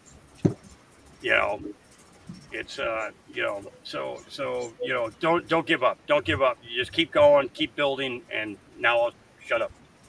I'm not gonna give up, but I felt kind of like you did. I felt like driving to somebody's house and punching them in the face over that. If I'd have known who did it, I'd have done it. And the crazy thing is, I've done that. Yeah, I know. That's why I said that. I remember you telling me about that. Yep. I drove all the way from New York all the way to Texas. And that guy opened his door, one punch, he was on the floor. His wife asked me, would you like some water? She went and got me a glass of water. We sat there and talked while he was collecting his thoughts and his teeth. And she said he absolutely deserved that. You don't talk about a dead child. That's the last thing that you ever do to somebody is talk about a child of theirs that died. That is the most disrespectful and condescending thing that you could ever do to anybody. And I left the internet for a short period of time after that because of the fact that I felt that I had allowed the technology to take control of my life. I should have given that to God then, but my relationship with him at that time was not the strongest. I was angry because I had lost the two most important people in my life. and I didn't know any other way to handle it. It's taken me years to work through all of that. But the fact of the matter is that some of these people actually need to have somebody knock on their door and good right in the face, and just get it over with. Please air out. Yeah. Oh yeah. He's not. His wife grounded him for life from the computer. Out there.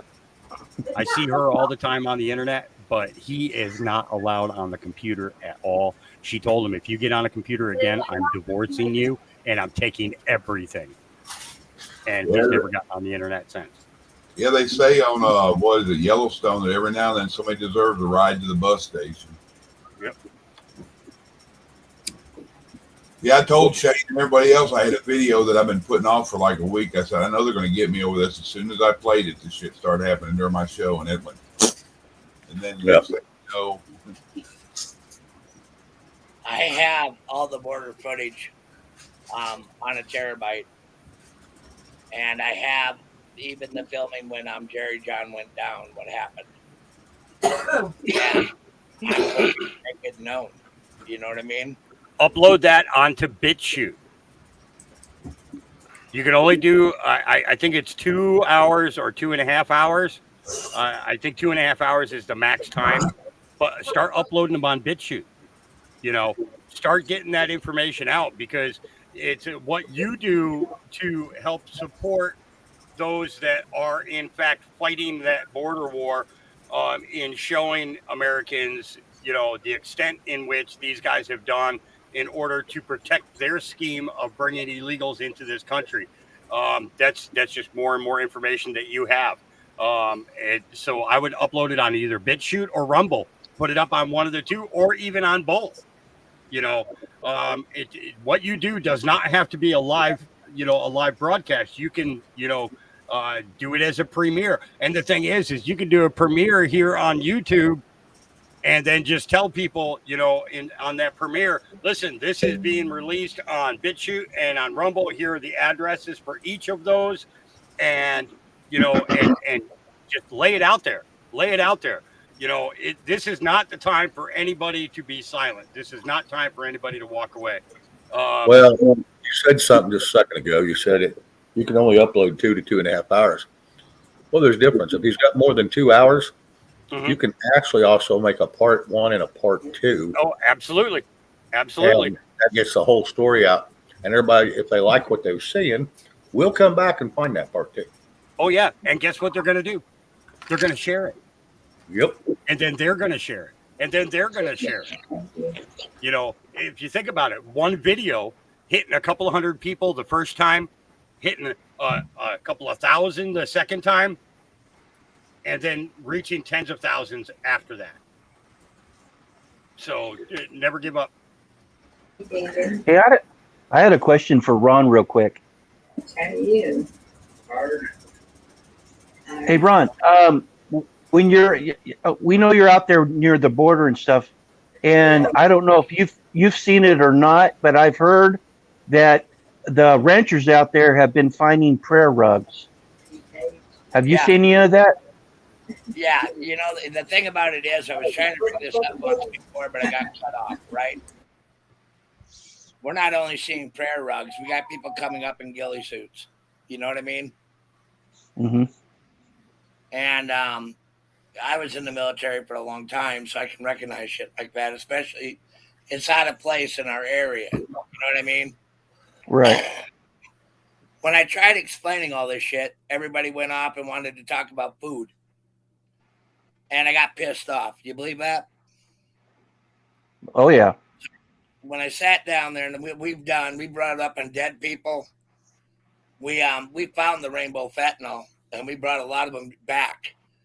And I got a lot of men up here that work with me. I have a pretty good sized ranch, right? Mm-hmm. But I was never able to say it because it always goes to some other topic. And I was like, you know what? Do they really want to be aware? Or are we going to walk around the rest of our lives with blind eyes? You know what I mean? Right. So I'm going to be honest. I got pissed off. You know what I mean? Yeah. But you know what? Why share? Just kind of get through it. And then I decided I'm going to retire because I'm getting old. You know what I mean? Right. But it doesn't mean I'm out of the fight. It just means I'm going to fight in a different way. But nobody understands that. And Right. talking to Shane and a few other of my friends, I started thinking about it, and then Hawk just gave me a great idea.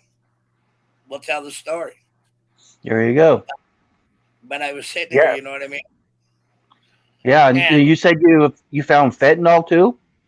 we found fentanyl. We found a ton of it. Oh wow. I'll be And back in a second. You're finding it All in right, Chuck. backpacks. You know what I mean? You're finding it in Right. backpacks. Right. What they're doing is these cartels are giving them to these illegals to bring them across so they can take them where they're to their destination where they got to drop it off at. They're using fentanyl as a cover. They're using fentanyl as a cover because they're making more money on human smuggling. We all know that.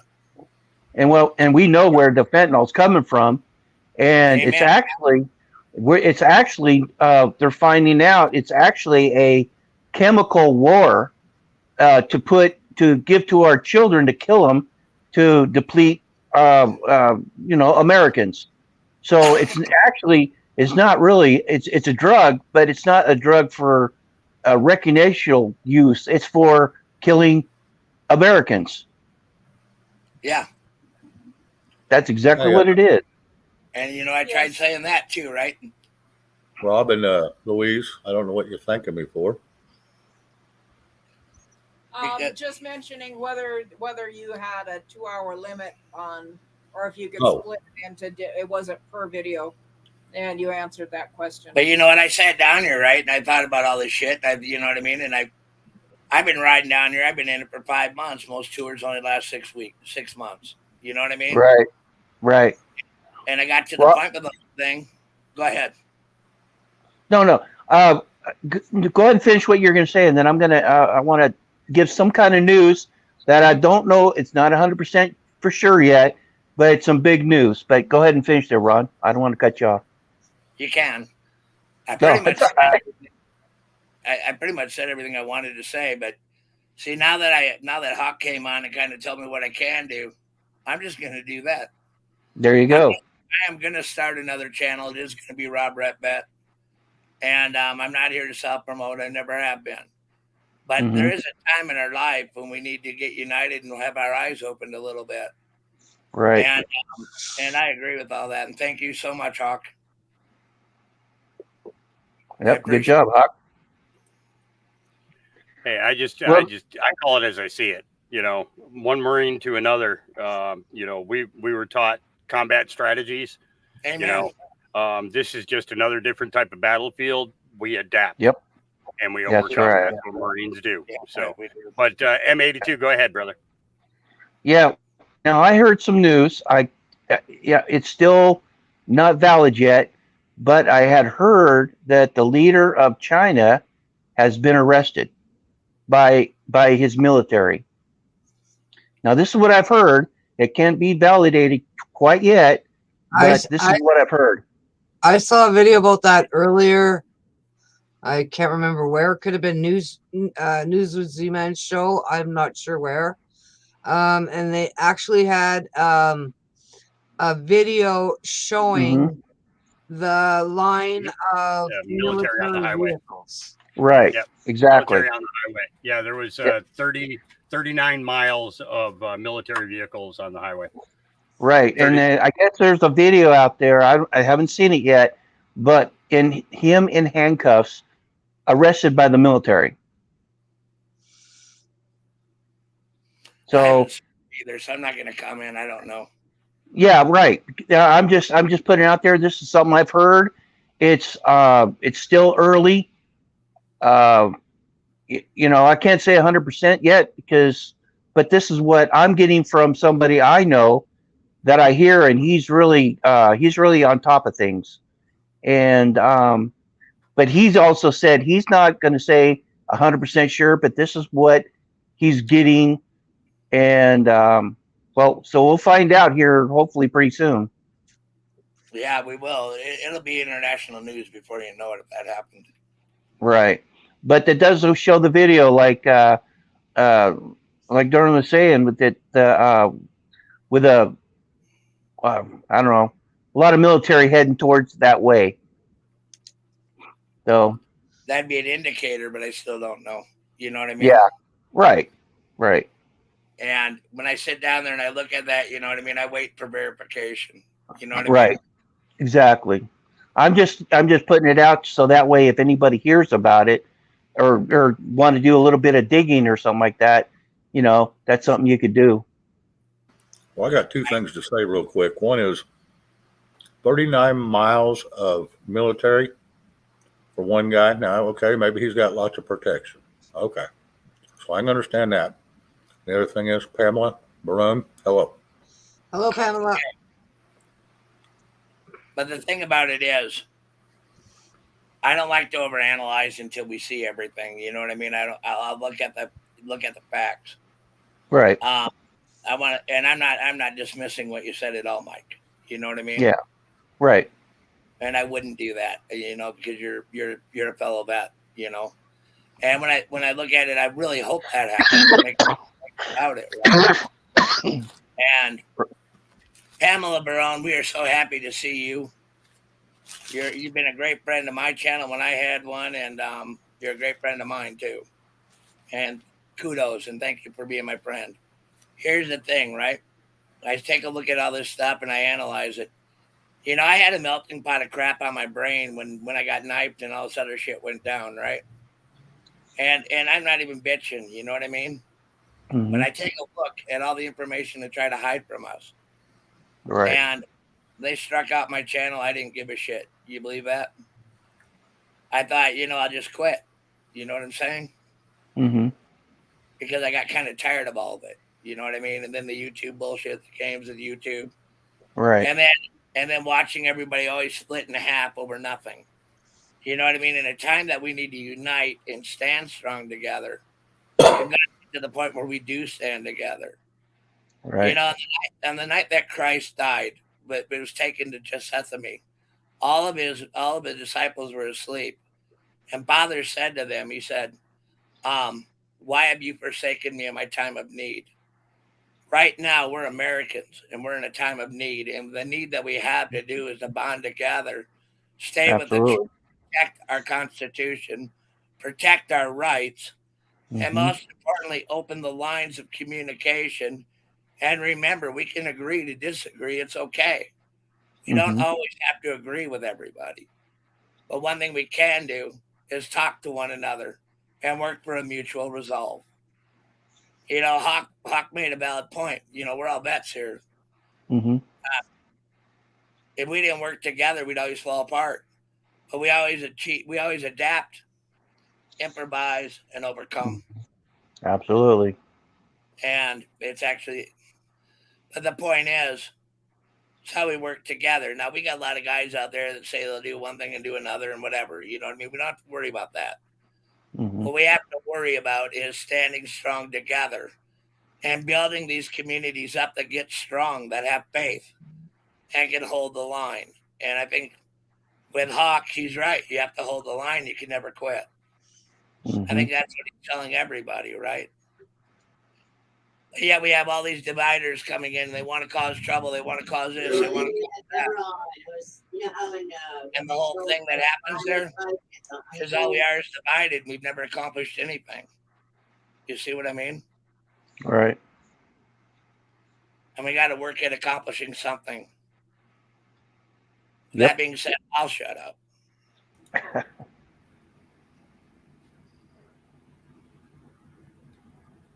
And now nobody's talking.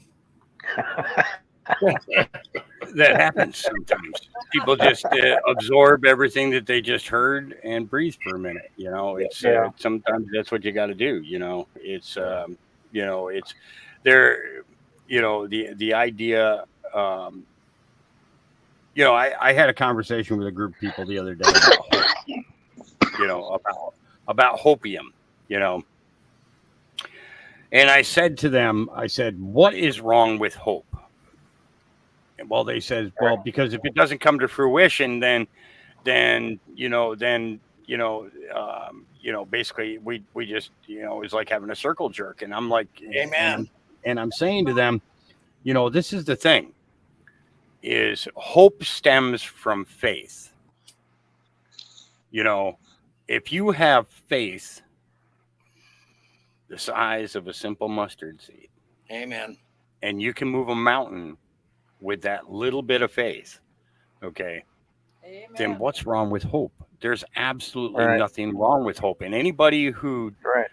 wants to say that, you know, you shouldn't give people hope, you shouldn't give people hope, I tell you that you're not a fucking American. Amen. Mhm. Amen. Yeah. You're Tired not of an American. You're a commie. That's what you Mhm. are. Exactly. You are a divider. That's what you are. And Let you me know, ask that's you the a problem. question. That's the problem, Yep. Hawk, right? That's the problem. See, if we don't have hope and we don't have that desire to achieve, you know what I mean? And I'm talking about the simplest of tasks. And if we don't have that faith, that task will get done. That task will never get done. You know that as well as I do. Mm-hmm. That's right. And when we sit down here and we look at these things, right? We can talk about all these things and we can make everybody extremely paranoid. Or you can give them hope and then they can have faith in that hope and then they can make that hope work. Mm-hmm. Hope grows. It grows. Absolutely. You know, it's like planting a seed. You know, once you plant that seed and the roots begin to take, you Amen. know, then the ground in which it stands upon becomes firmer and firmer and firmer. The deeper the roots go, you know, it's not gonna be a little bit of rain that takes it down. It's not gonna be a little bit of wind that takes it down. It's not gonna be a little bit of snow that takes it down. The only thing that's gonna take that down is man. Amen. That's it. That's what it is. Mhm. See, every time man has an idea, another man has a different idea. You know that, don't you? Mm-hmm. So now you got the yin and the yang, and they're always fighting each other, right? Because they can't find harmony. Yep. And the thing about yin and yang is the fact that they are supposed to be in harmony. Amen. They are They supposed, got- it's that's two what I'm talking opposites about. that come together in order to make a whole. You know, and Absolutely. yep. Mhm. So. But Well, listen, guys, I'm going to jump down. I just, you know, pretty much wanted to come up and say hi to I everybody. got one more thing to say to you, Hawk. Is that okay? Okay, go ahead. Go ahead. You know, you gave me a lot of great ideas tonight, and I thank you for that. And I really enjoyed talking to you, and thank you so much for coming here tonight. Absolutely, absolutely. You know, I have to be careful about how many broadcasts I do right now, only because of the fact that I'm running a propane generator for my power. You know, so I have to choose. You know, whether I'm keeping lights over the puppies or if I'm putting a podcast out for everybody. And unfortunately, guys, the puppies have to come first. Right. So, Amen. you know. I'm all about it. Yeah, but once this move is done and we're set and everything, I'll be back, you know, doing a podcast at least 3 or 4 times a week. I may do one this weekend, depending on, you know, how, you know, on how things go. I just got a propane order in today.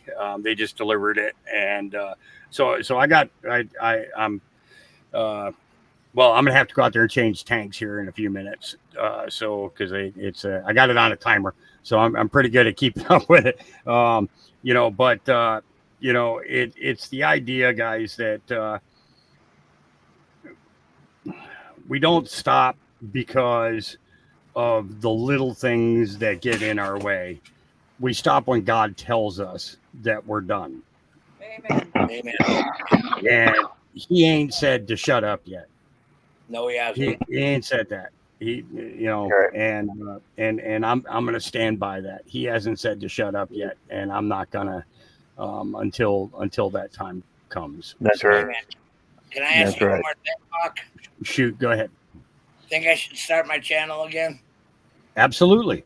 And what you do is when you make that channel, automatically turn around and make a backup for that channel, so that people, you know, not only do they sign up for the one that you make now, but the one that you make in order to have that backup. Use 2 different email addresses. You know, what I do is I go on to Proton Mail and I make my email addresses on there, because then it associates a Gmail account when, you know, when I make the channel on YouTube, and it has absolutely nothing to do with the prior ones. So that's why I'm up to 18 now, and 15. What I'm doing is I'm keeping 15 as my one that I'll jump onto other people's channels with, and talk with. But all the other numbers, they're all sacrificial. 15 will be my final go-to, and I'll just keep making more and more channels. And honestly, that's what we have to do. I said it before, God hasn't said to stop, until he comes in and makes his move. And let me tell you, when he comes in and makes his move, you're going to know that it was the hand of God that came down on this country that pulled it all together. I'm telling you that right now. You may think that because of this news, and this news. I'm telling you, until the hand of God moves across this country in a way that you have never, ever seen it before, until that happens, we will continue to speak. We will continue to tell the truth. We will continue to dig for the truth, and we will continue to reveal the truth, because that's what he wants us to do. Amen, brother. And this isn't that old saying is God helps those who help themselves. Okay, because the meek shall inherit the earth. We were told that. Okay, and and all the promises that were made to us. Okay, we have to remember those promises, and as long as we remember those promises, there should be nothing that should stop us from being able to continue to move forward step by step by step by step.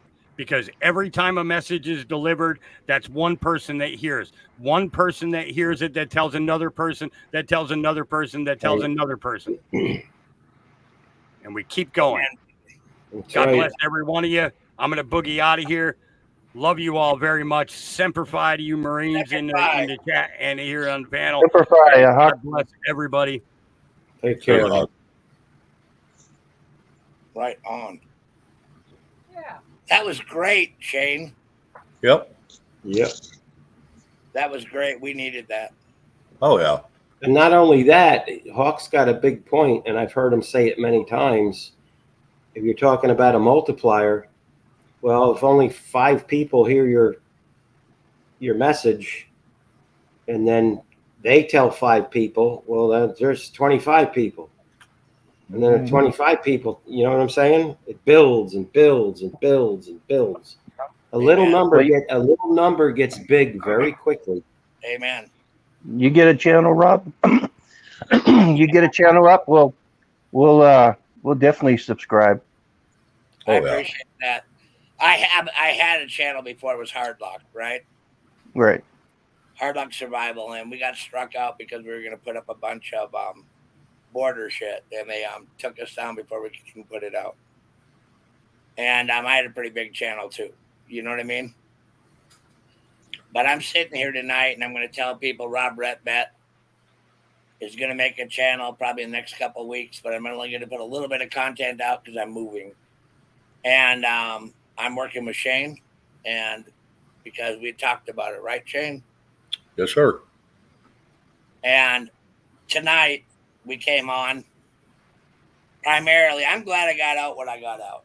You know what I mean? I really am, because I kept a lot of shit inside. You know what I mean? Oh, yeah. And maybe I needed this more than I thought. And when I look at everything, right, I know damn well we have a great country, and I know damn well we have great people in it. Last night I got a little perturbed. You know that, don't you, Shane? It's all right. That's what we're here for. But when I sit down there and I take a look at all the great people, and you know what the thing about it is? You got everybody that's a Downton Thomas want to know everything, but they're not even in it. You know what I mean? And the funny thing, the people that go looking for answers never find them because no one's got the answers. We've all got opinions on them, but we don't, any of us don't know. Oh, we might be able to piece together 2 or 3 things with the right people, but it doesn't mean we know it. It just means we're speculating on what might be. Doesn't mean anybody knows anything. Yeah. Half the government don't know what's going on. Yeah, 3/4 of the government don't know what's going on. They're all being led by a puppet crew. But the thing about it is, Hawk's right. You know what I mean? Yep. We got to show some balls. We got to show some courage, right? Right. Well, you don't let a little guy run over us. Well, hell no, I don't. Right. Nope. He has okay gas. Fuck you, Willie D.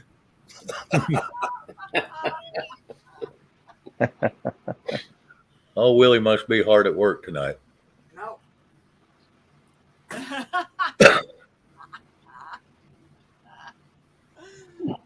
Oh gosh, yeah, we had guests. Out on the porch he goes. The freedom of being on a ranch. Oh, yeah. Yes. You ain't got to flush that way. Yeah, I miss having the channel, and then I love the freedom of coming in when we can, and just coming on your panel too. So while we're moving, that fits us really good. Oh, yeah. You can do it when it fits. And you don't show up, you don't show up. We understand. You do what you got to do. That's right. Life goes on, you know? Yep. We got deadlines now. We need to get Willie D up here. I know I tried to invite him and he said he couldn't. So. Oh, bullshit. He can. Is your internet slow? Willie D. Do you have problems tonight? Do you have problems? We are your solution. Oh, yeah. Willie, little Willie won't go home. Oh, Slick Willie, huh? Yeah, he's pretty cool. I love him. Oh, yeah. He's comical. I have the utmost amount of respect for you. You know that, don't you? Who's that? I have the utmost amount of respect for you. Oh, well, thank you very much. And I mean that. And I appreciate that. You know what's fun? Tonight I feel like a big weight has been lifted from me. You believe that? Oh, that's good. That's good. Yeah. I really loved having Hawk. You know why? He breaks it down to the principle why we're doing it, what we're doing, and why we're doing it. You know what I mean? Well, and it's nothing we haven't heard before, but the way he does it is very understandable, the way he breaks it. The simple folks can understand it too. Amen. So, Red, I'm going to ask Red to drop my channel. I'm going to put some content down at one of these days. I'll get her done. Oh, yeah. And, It's just a 3-minute pre-record. Yeah, I'm going to put something on there. I probably should. Tonight has been, for me, great. And Eric, we lost Eric. Huh. Maybe he had to go to the bathroom. He might have. I'll have to do that. Just walk out my front door. I'm good. Not really good if you have to go number 2, but it's okay for number 1. That's why the bucket sits by the porch. Well, then you can just blame it on the dog. You know what I mean? I don't know why that dog. There's only one tall enough to do that, and that's Bear. Amen. Big load. That dog pees a gallon when he goes. Oh, yeah. Oh, yeah. You outstep him, you'll get a truck stuck in his puddle. Yeah, pretty much.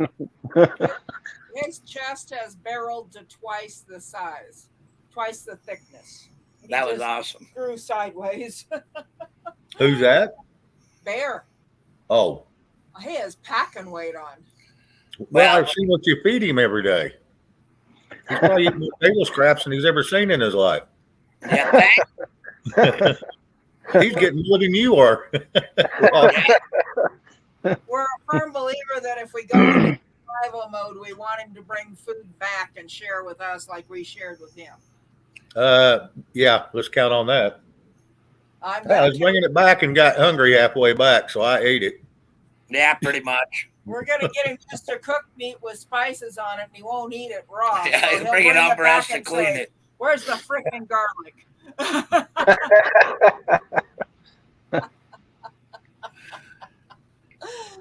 Wow, this is fun. I think we did lose Eric. I guess. He's got quiet. He might be taking his dog out for a walk. He might be.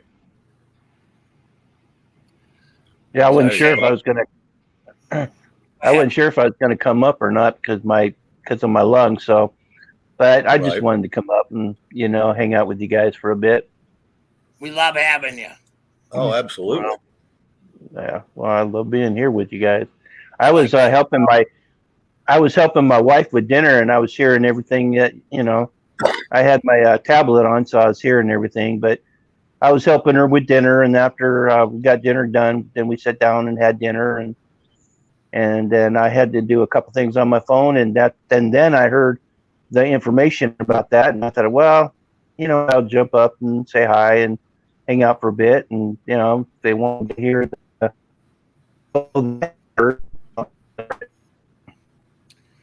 Well, I think that's the most I really talked about the border was tonight, to be honest with you. Willie D, don't sub to Rob if you have a problem with fun and facts. Amen. Amen. But we're gonna have fun and we're gonna have facts. You know what I mean?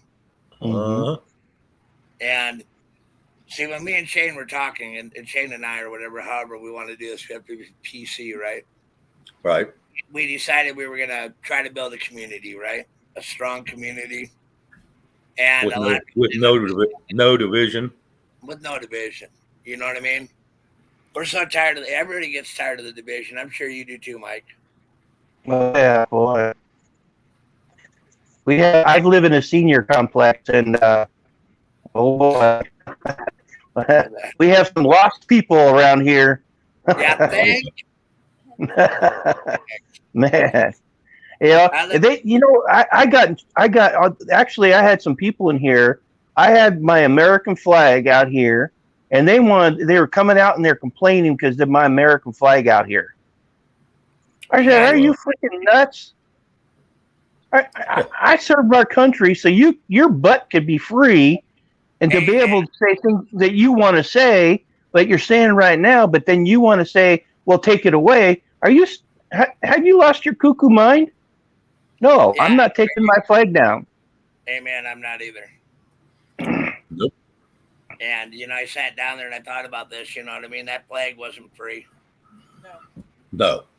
And if we want to fly our flags and talk the way we talk, we have every right to. We fought for this bitch. They didn't. That's right. Yep. I'm sitting here today with the issues with my lungs because me serving my country. It's not, something I wanted to have on me, but hey, a lot of people ask me, would you do it again? Would you go back and serve your country again? I said, damn well I would. That's right. That's right. Maybe I have a lot of jacked up things on me, but would I do it again? Absolutely. Absolutely. Mm-hmm.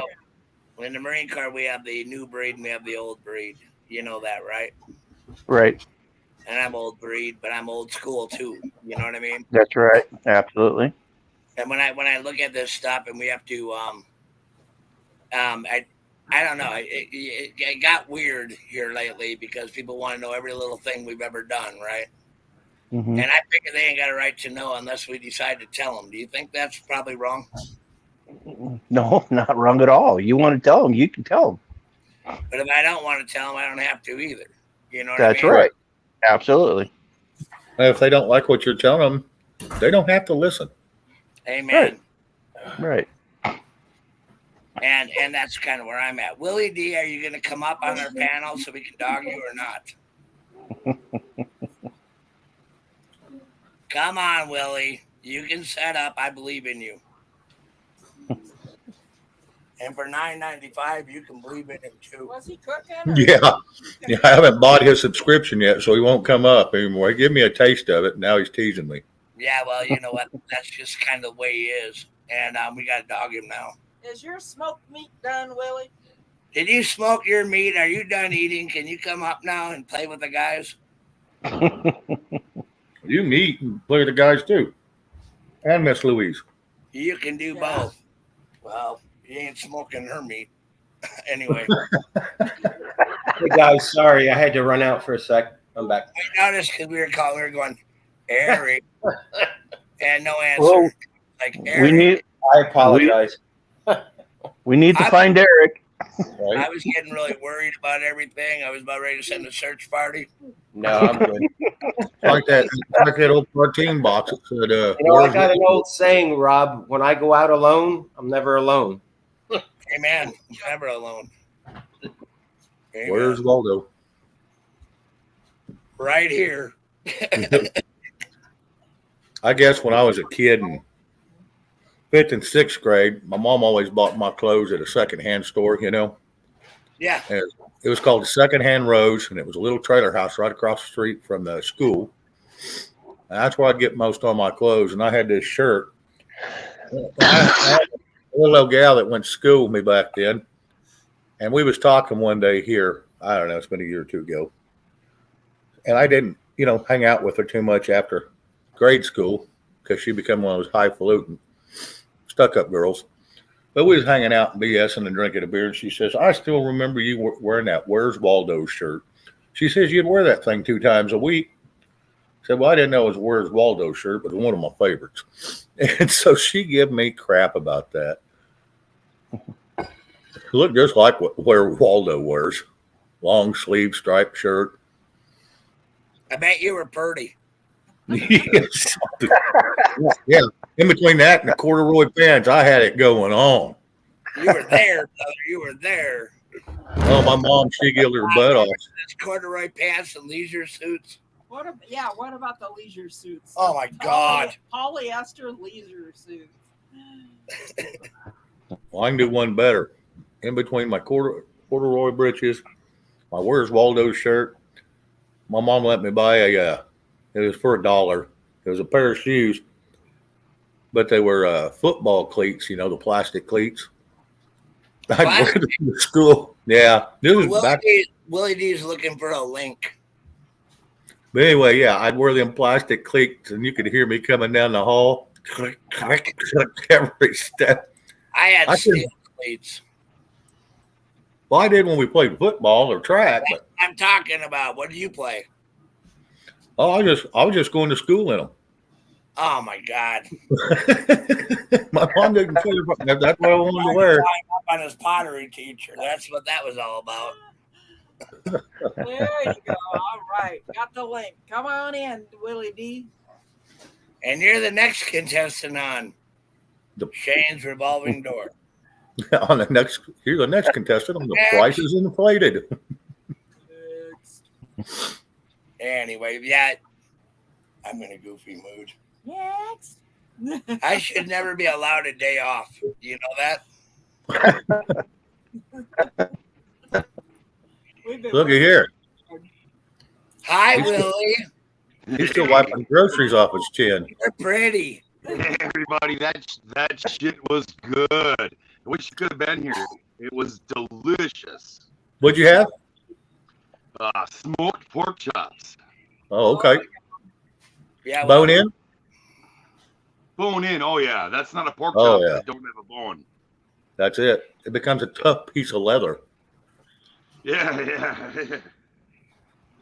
With carrots and potatoes I made 3 years ago, I canned them. I'm telling you, that was the best meal I've ever eaten. Really? Yeah. The only thing it was missing was cheese. Why ruin a good meal? Why ruin a good meal? Yeah. A little salt and pepper and you're good. Oh, I didn't even need to do that, dude. It was perfect. Was Oh, it? no kidding. Plenty of flavor. I got the pork. I got the pork from the Hilltop Butcher, which means it's like prime. You can't get no better pork than that. The potatoes Never been and frozen. carrots were from like 2 years ago or something like that. It was I think everybody knows her Virginia Roots. It was her recipe. I'm telling you, it was the best meal I've eaten in my life. Huh. So are you happy? I'm always happy. My name is Smiley. Come on, man. Get up. Yeah, Come on. We got that down. Salty smile. Hey, Pamela. You have to be drinking tequila to have a salty smile. You know what? You're kind of funny, dude. No. The northern boys like rum. They don't like tequila. That's a southern thing. Yeah, that's a southern. I know. Yeah. I used to drink tequila. I know you did. That's how we got married. Yeah, don't deal with her on it. That's how we got married. I'm like, you know what, bitch, get in the car. And you're like, mother, blah, blah, blah. I'm like, yeah, that's the one. I'm going to rope her and Tanner and Brandon. Yeah. Anyway. He said So when you he's get still- out of the field, you look for a woman that talks a lot because you've had to be quiet for so many years that you want someone that's a chatty Cathy, and then after about 5 years, you go, shut up. Shut up. I guess I bought it. Wait, did you say 5 years? 5 years. I think you meant 5 minutes. Yeah, pretty much. Yeah, somebody lied to you, Rob. Yeah, that's right on Shane. Turn it down a little.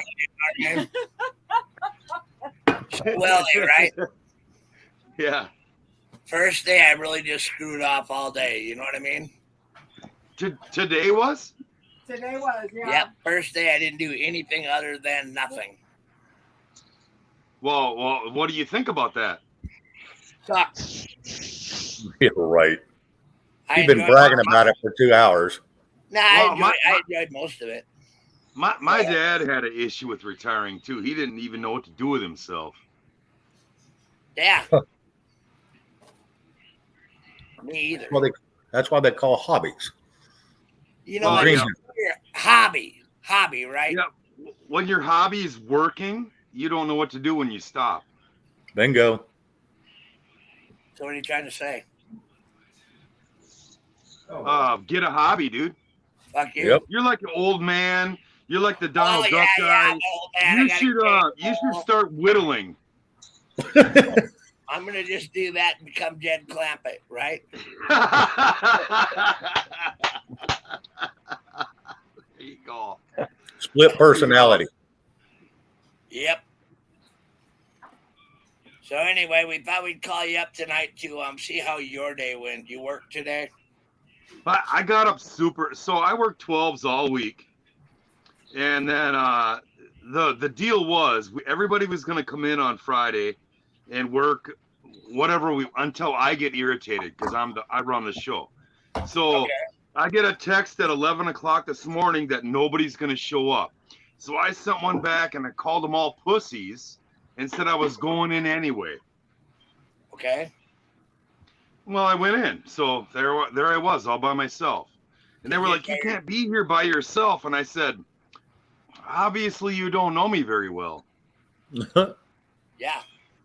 I don't give a damn about your rules. I haven't wore safety glasses in, my entire life. Are you blind? Your rules are shit, and I'll do what I want. Amen. And he looked at me and he said, okay. That's what made you a good leader. Yeah, that's exactly right. You got it right there. Well, Willie, Yeah. I'd follow you anywhere. You would? Not. Into the woods? Into the woods with Willie? That'd be scary. I don't play deliverance, brother. You got a pretty mouth. Oh, Pretty much. damn. You're beautiful. Yeah. What That channel is shit, dude, this? I laughed about that shit for a week when Shane started in on that shit. The pretty wood, the slick Willie, oh my God, I laughed about that shit for a week. Right on. Oh. Come here, little one. God, we're raising it tonight. that's all good. Sounds like a bromance. I gotta thank Eric for backing me up about the putting different shells in the 4570. It'll ruin your gun, he said, and that's what I thought. That's why I never did it. That's a very, very expensive gun Yes, sir. to ruin with a couple of shells. You think? Strips a barrel. Well, Well, yeah, it's a threaded barrel, and Eric was suggesting that if you do that shit, it'll ruin the barrel. Oh, yeah. And, no, it'll ruin your life. It'll ruin your life. Yeah, I 100% agree with that. That's why I don't know why the myth is out there that you can shoot. I mean, you can shoot the shells, but you can throw the gun away after. Right. There you go. You can shoot the 45 ACP in a 410 revolver, like the Taurus revolver. Yeah. Yep, that's what I do. 4570 is a rifle cartridge, which is 4 times as long as your 45 ACP. So your chamber, your head spacing, it's all different. You're going to blow the barrel right off the end of whatever you got. You're going to lose your face. You're going to lose everything.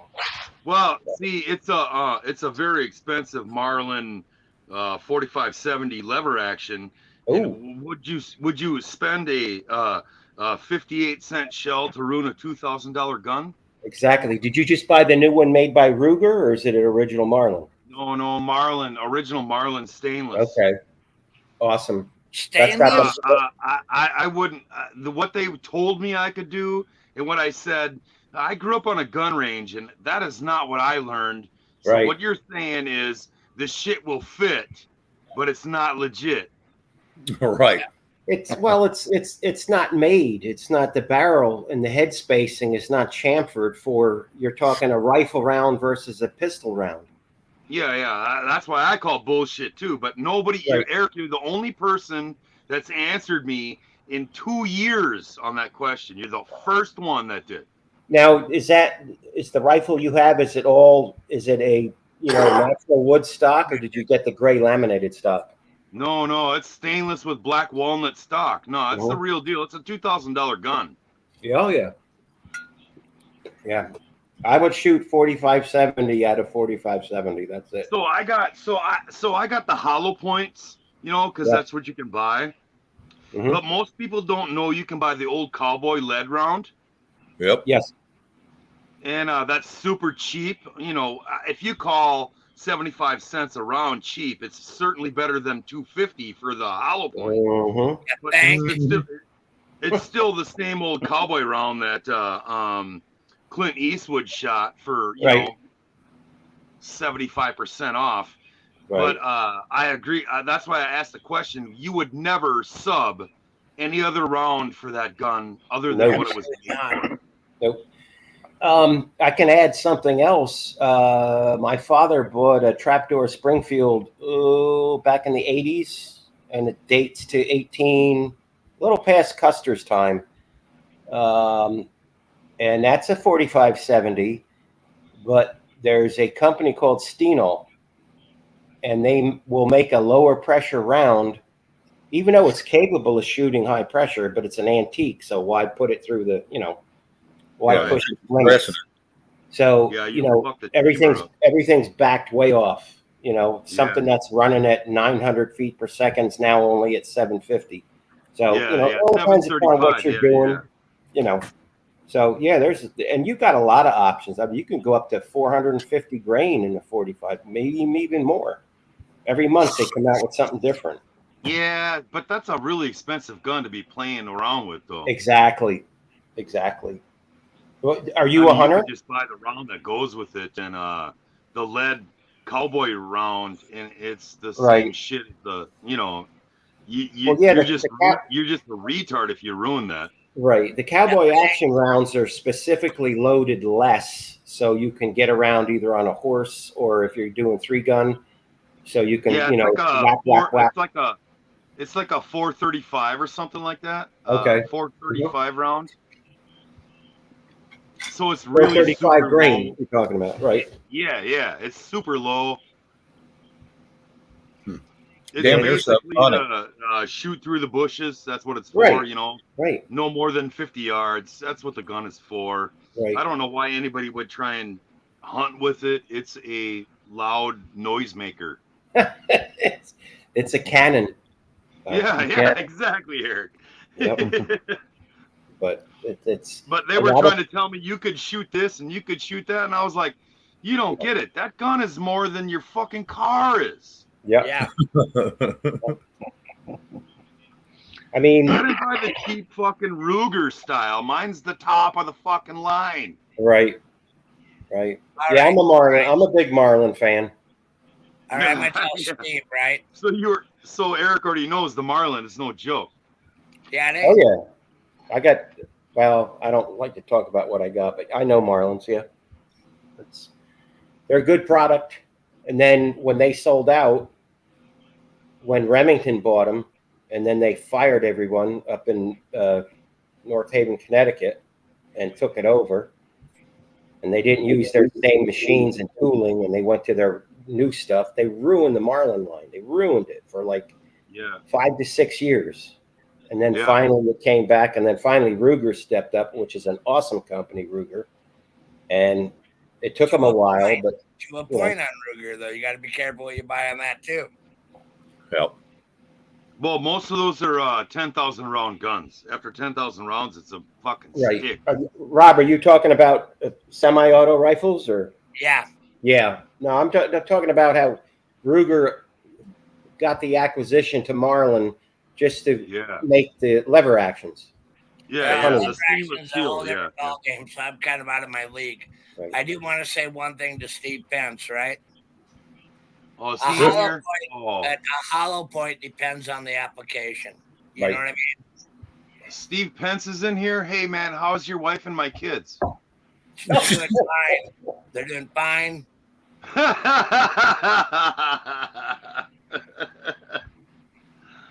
Alexa says she misses you, Willie D.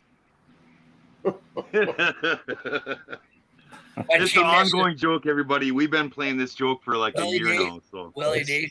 I don't doubt it. She misses me more.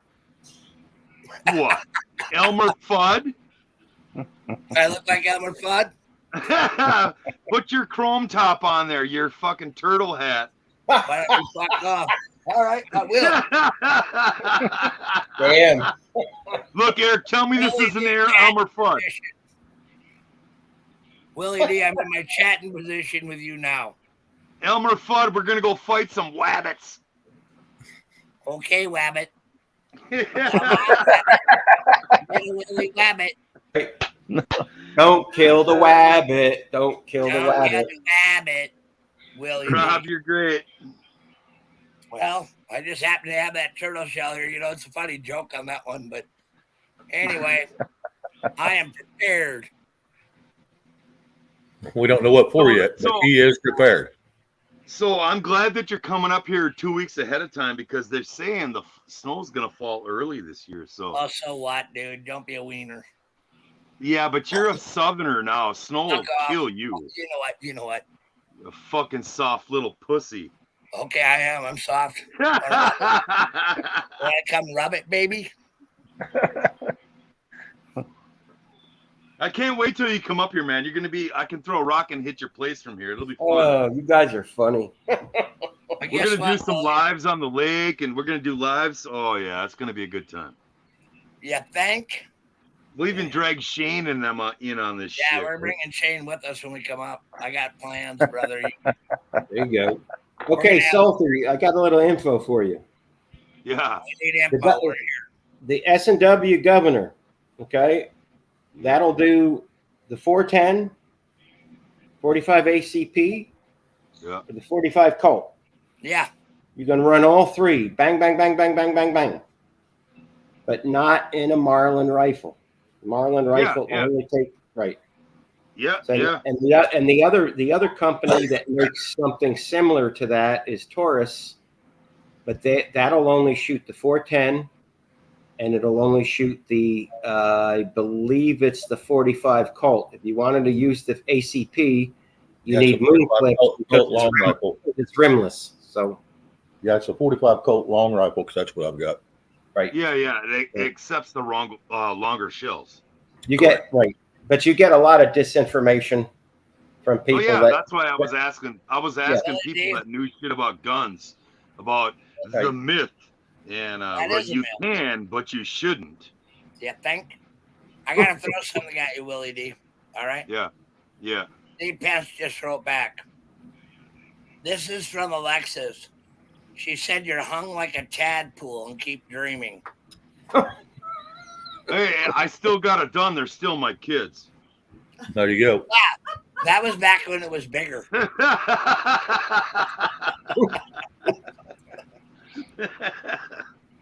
Raise my kids' rights, bitch.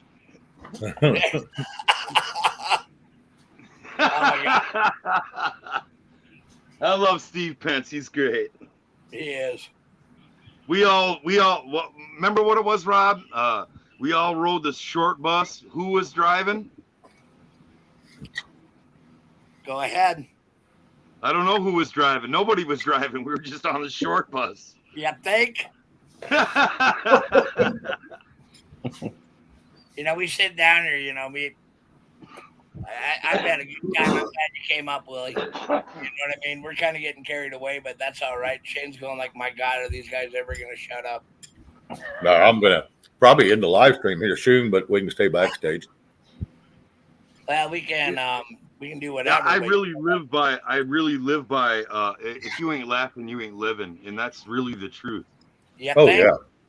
Absolutely. Eric, I love what Eric said earlier. Just simply smile and say hello can make a person's day. That is absolutely correct. Hey, Willie. Hi. Yeah, but that was creepy. Elmer Fudd, he's imaginary. Yeah, I got your imaginary olive oil.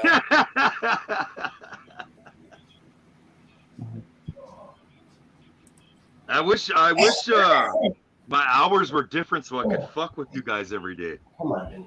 We miss you fucking with us. You know that, right? Oh, yeah. It's just all about laughter and fun. All the whole doom and gloom shit. I saw Eric give up on the doom and gloom shit. I agree with him 100%. There's no point. If you can't change it, there's no point in being mad about it. I get it. I get it, guys. When did you hear me say that? Shit, that was way over on Mark B's channel. Okay.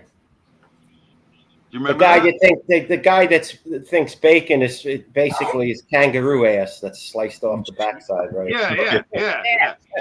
Yeah. I get tired. I get tired of it. And I look at my dad and I look at Rob and all you vets. I get tired of it.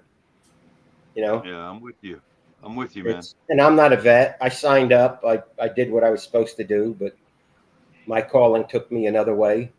Not like I wouldn't have been there if I was called, but you keep beating people into this, and I'm guilty of it too. I get depressed days and say, "What the hell's going on?" I look at this crap on the. Well, I don't even watch the news because it's all phony crap.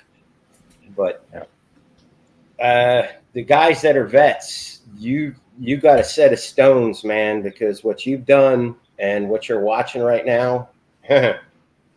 Trust me. What we fought for, you know what I mean? We come home, right? And I'm going to say this one time and only once, all right?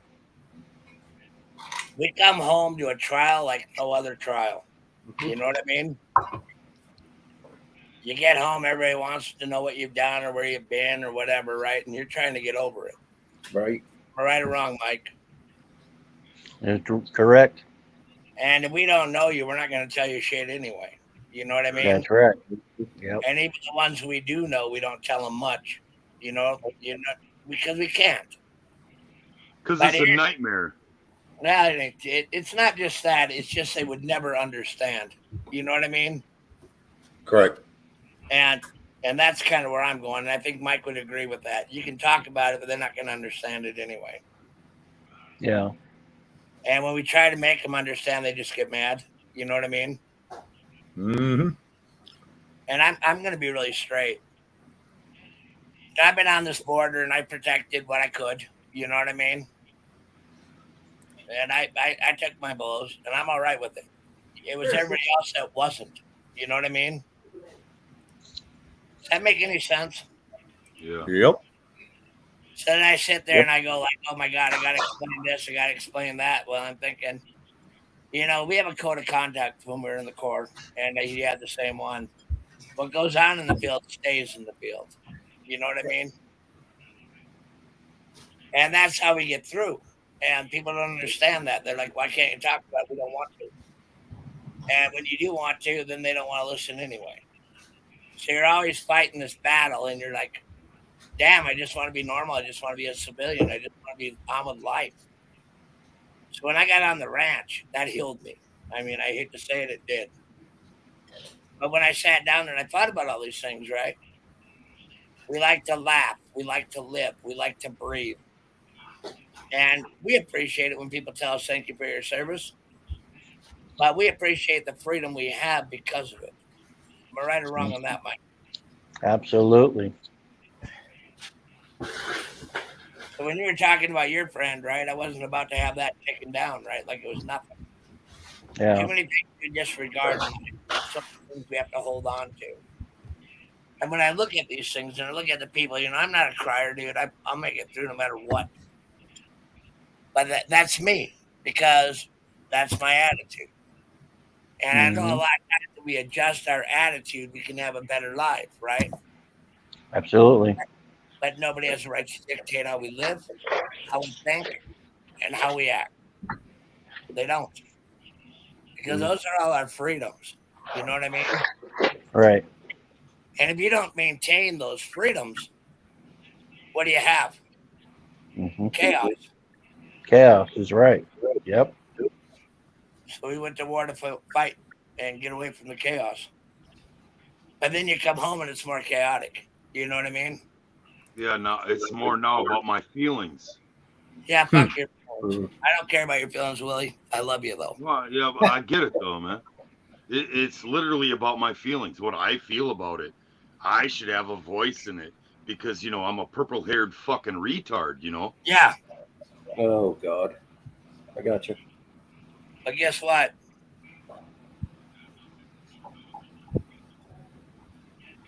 I'm a purple-haired retard, too. I think we're talking about Megan Rapinoe. That will kneel and disgrace our flag. Garbage. Yeah. Well, I think in a lot of ways that so many people want to change everybody's point of view to one way or another way of thinking, right? And we're not sheeple. You know what I mean? We're people. And everybody's entitled to the way they think and the way they act and the way they are. Just maintain the laws of our country and nobody'd have a problem. That's it. Right. But I sit down here with my friends and I take a look at where I'm going and what I'm doing and where I want to be, right?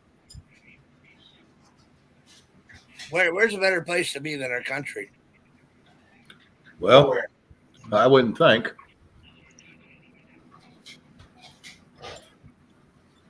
So easily we quit before we begin. Yep. And so easily we condemn one another and Thank set you. one another up. And that's the shit that bothers me. You believe that? Eric, Eric might have a different point of view than I do, and so would maybe Mike, and so does Willie, and so do you, right?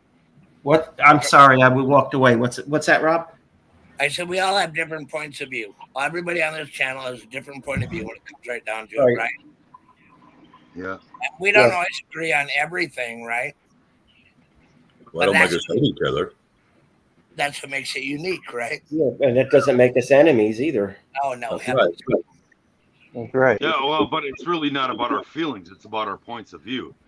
Your point of view is not wrong, but mine isn't either. Right. Are you sure, Willie? Because we're kind of questioning that. Right. Yeah. We love your I point think you got all you vets are awesome. I do. Oh yeah, absolutely. And Willie? Oh, yeah. We always appreciate it. Willie, if I didn't mess with you, you wouldn't know it's me, now would you? Oh yeah, 100%. But the thing about it is, we're all friends up here. You know what I mean? Yeah. I get it. Do you get it? I get it. Are you sure? I don't have purple hair, dude. I'm good with it. Well, can you dye your hair purple? My wife would love to see that. She'd probably dye her hair purple too. 20 years younger, brother. Wow. Willie, Yeah. I'm going to have to stand on my own on that thought. I don't really want to see you in purple hair. I do. Yeah, that would never happen.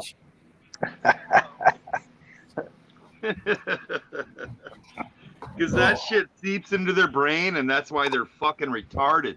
You think? I call them Kool-Aid brains.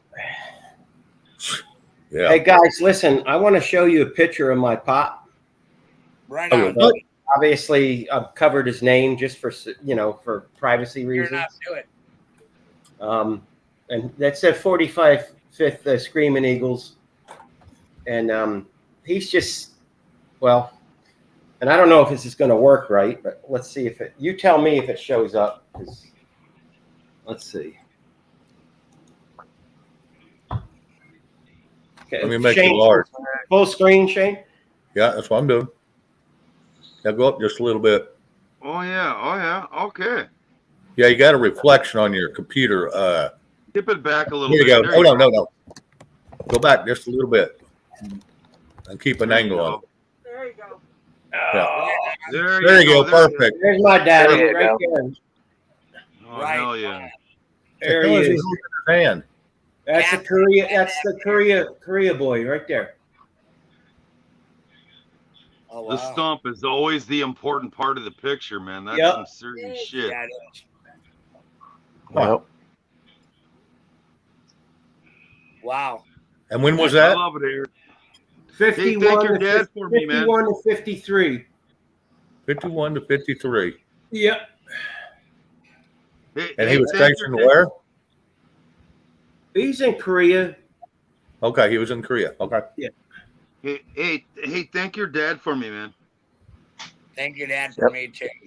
And by the way, I gotta turn this to no longer being sentimental, but Steve thinks we all need sensitivity training. Yeah, I got your sensitivity training right here in my shorts. Yeah. He needs to go finish his. I hope that wasn't self-serving, but I was That was inspired by you guys, so I wanted to show that you. wasn't self-serving. That was your father. Yeah, He no, was no, that's My- awesome, man. The stump, the whole photo with the stump. Most people that don't know anything about that conflict don't know what the stump means, but most of us that do know that stump photo is some serious shit right there. That's Well, the see, I hard- didn't know. I didn't know. That man is my hero. Well, yeah. brother. Yeah, Amen. he's mine too. You say he's 91 now? Yes, sir. Cool. Just my got over the father- coof. I got him out of the coof. Well, I shouldn't say I got him out of. Jesus Christ got him out of the coof. But Right. Yep. I saw what was coming, and I got a lot of Ivor from India when I saw it coming. And as soon as I got, his doctor wanted to send him into a home, and I'm like, no, he's coming home because he would have died there. Yeah. And brother. they wouldn't even let me into the hospital, because Oh, of the yeah. protocols. And he came out of the hospital, and he was like, he was screaming, Eric, Eric, Eric. And I'm like, take it easy. It's just like, Hey. it shocked the hell out of me because he was Hey, in Eric, I have a question for you, Eric. How fast was the turnaround? Well, he caught the coof in the hospital. Yeah. So when I finally got him home, he got his first Mectin pill when I picked him up. I didn't even put the car in drive yet, and he had already swallowed his first pill. Right. So it was oh God. Me and my brother had to bathe him. I mean, it was bad. It was bad. He didn't know what was up and this and that. And that probably about 6 or 8 weeks because he already had onslaught of dementia, a little bit of it, but the coof accentuated it and brought it on even more. Anyway, long story short, it magnetized the problems. Right. I thank the God that your dad survived. My brother didn't. My little brother didn't survive. He died. I'm sorry. And because they don't want to listen. No. I'm very sorry. Sacrifices have to be made, I guess, At least someone listened to you. Well, his doctor wouldn't give him anything. He said no. Right away, no. But your dad trusted you though. Yeah, but I saw it coming. And actually, I can't take all. A friend of mine said, "Get this now," and of course, I got it from India. And Yeah, matter of fact, my chief pharmacist at my CVS grew up 5 blocks from that pharmaceutical plant. And she's like, yes, yes, yes, do it. She says, because I can't do it for you.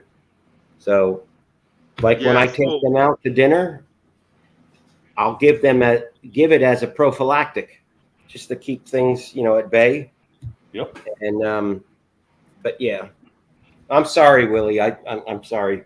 It's all good though. It's all good. He was a douchebag anyway. But I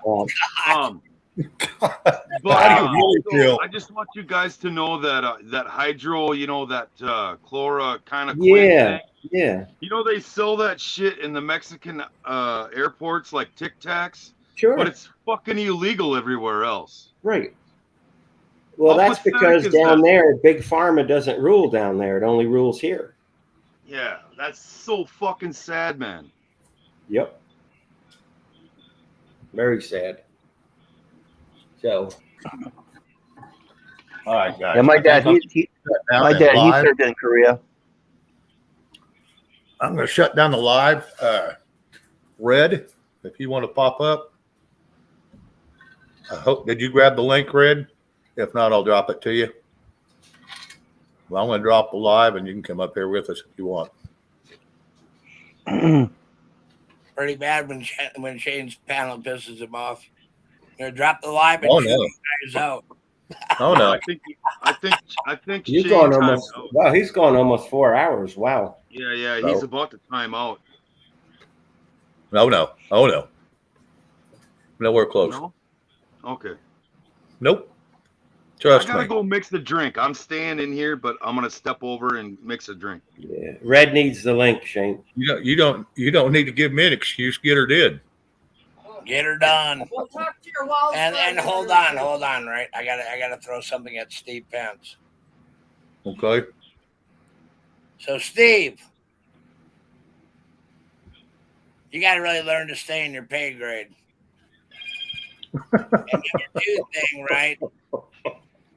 I am gonna personally train you sensitivity. Uh-oh. And it will be by the numbers. Yeah, you'll count every lashing. Like nothing. Anyway, I love you, brother. I really do. And Country Homesteading 101, glad to see you. And everybody else, Carol Z, if you're still here, we love you. Pam Baroni, we sure love you too. And thank you all for coming tonight. Oh yeah, Red, come up, Red, come up. Yeah. Yeah. Yeah. Okay. Yeah. Hey, do not catcall Red, Willie D. I'm cat calling that little beautiful thing called Steve Pence too. He's a pretty little thing. I want to see him. Nathan, come on up here. We want to see you. Who's that? Huh? We're calling in Stevie. Oh yeah, grab that link, Steve. I'm gonna shut down. I'm getting ready for this. She's ready for it now. You're gonna have to get that headboard fixed, Rob.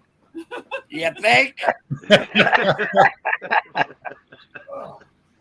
Yeah, that's just getting ridiculous when she has to wear a helmet. Stop hurting my feelings. Yeah, well, I'm working on my sensitivity. I'll see. She looks good in that, but I don't know about Elmer Fudd. Screw you. She looks great in that hat. I don't know. Jen, I'm sorry you showed up by the time I'm shutting down, but maybe I can catch you tomorrow night. I'll probably set one up for 6 o'clock again tomorrow night or so. Yep. But I'll put the notification out. Okay, there's one. Steve, are you going to come up? You can stay behind your big pink S. Hey, Red. Glad to see you, Red. Hello, guys. How's it going? We are doing well. How are you doing? Great show. Was it great? Was it? What Good. was it? I don't know. Yep, it was a lot of fun. All right, I'm going to Heck shut yeah. the live down. Steve, if you didn't grab that link, you'll have to get a hold of Willie or Rob, and I'll drop it in a private, and they can shoot it over to you. God bless you. So everybody have a good evening. We'll see you all tomorrow. Tell them at All right. 11.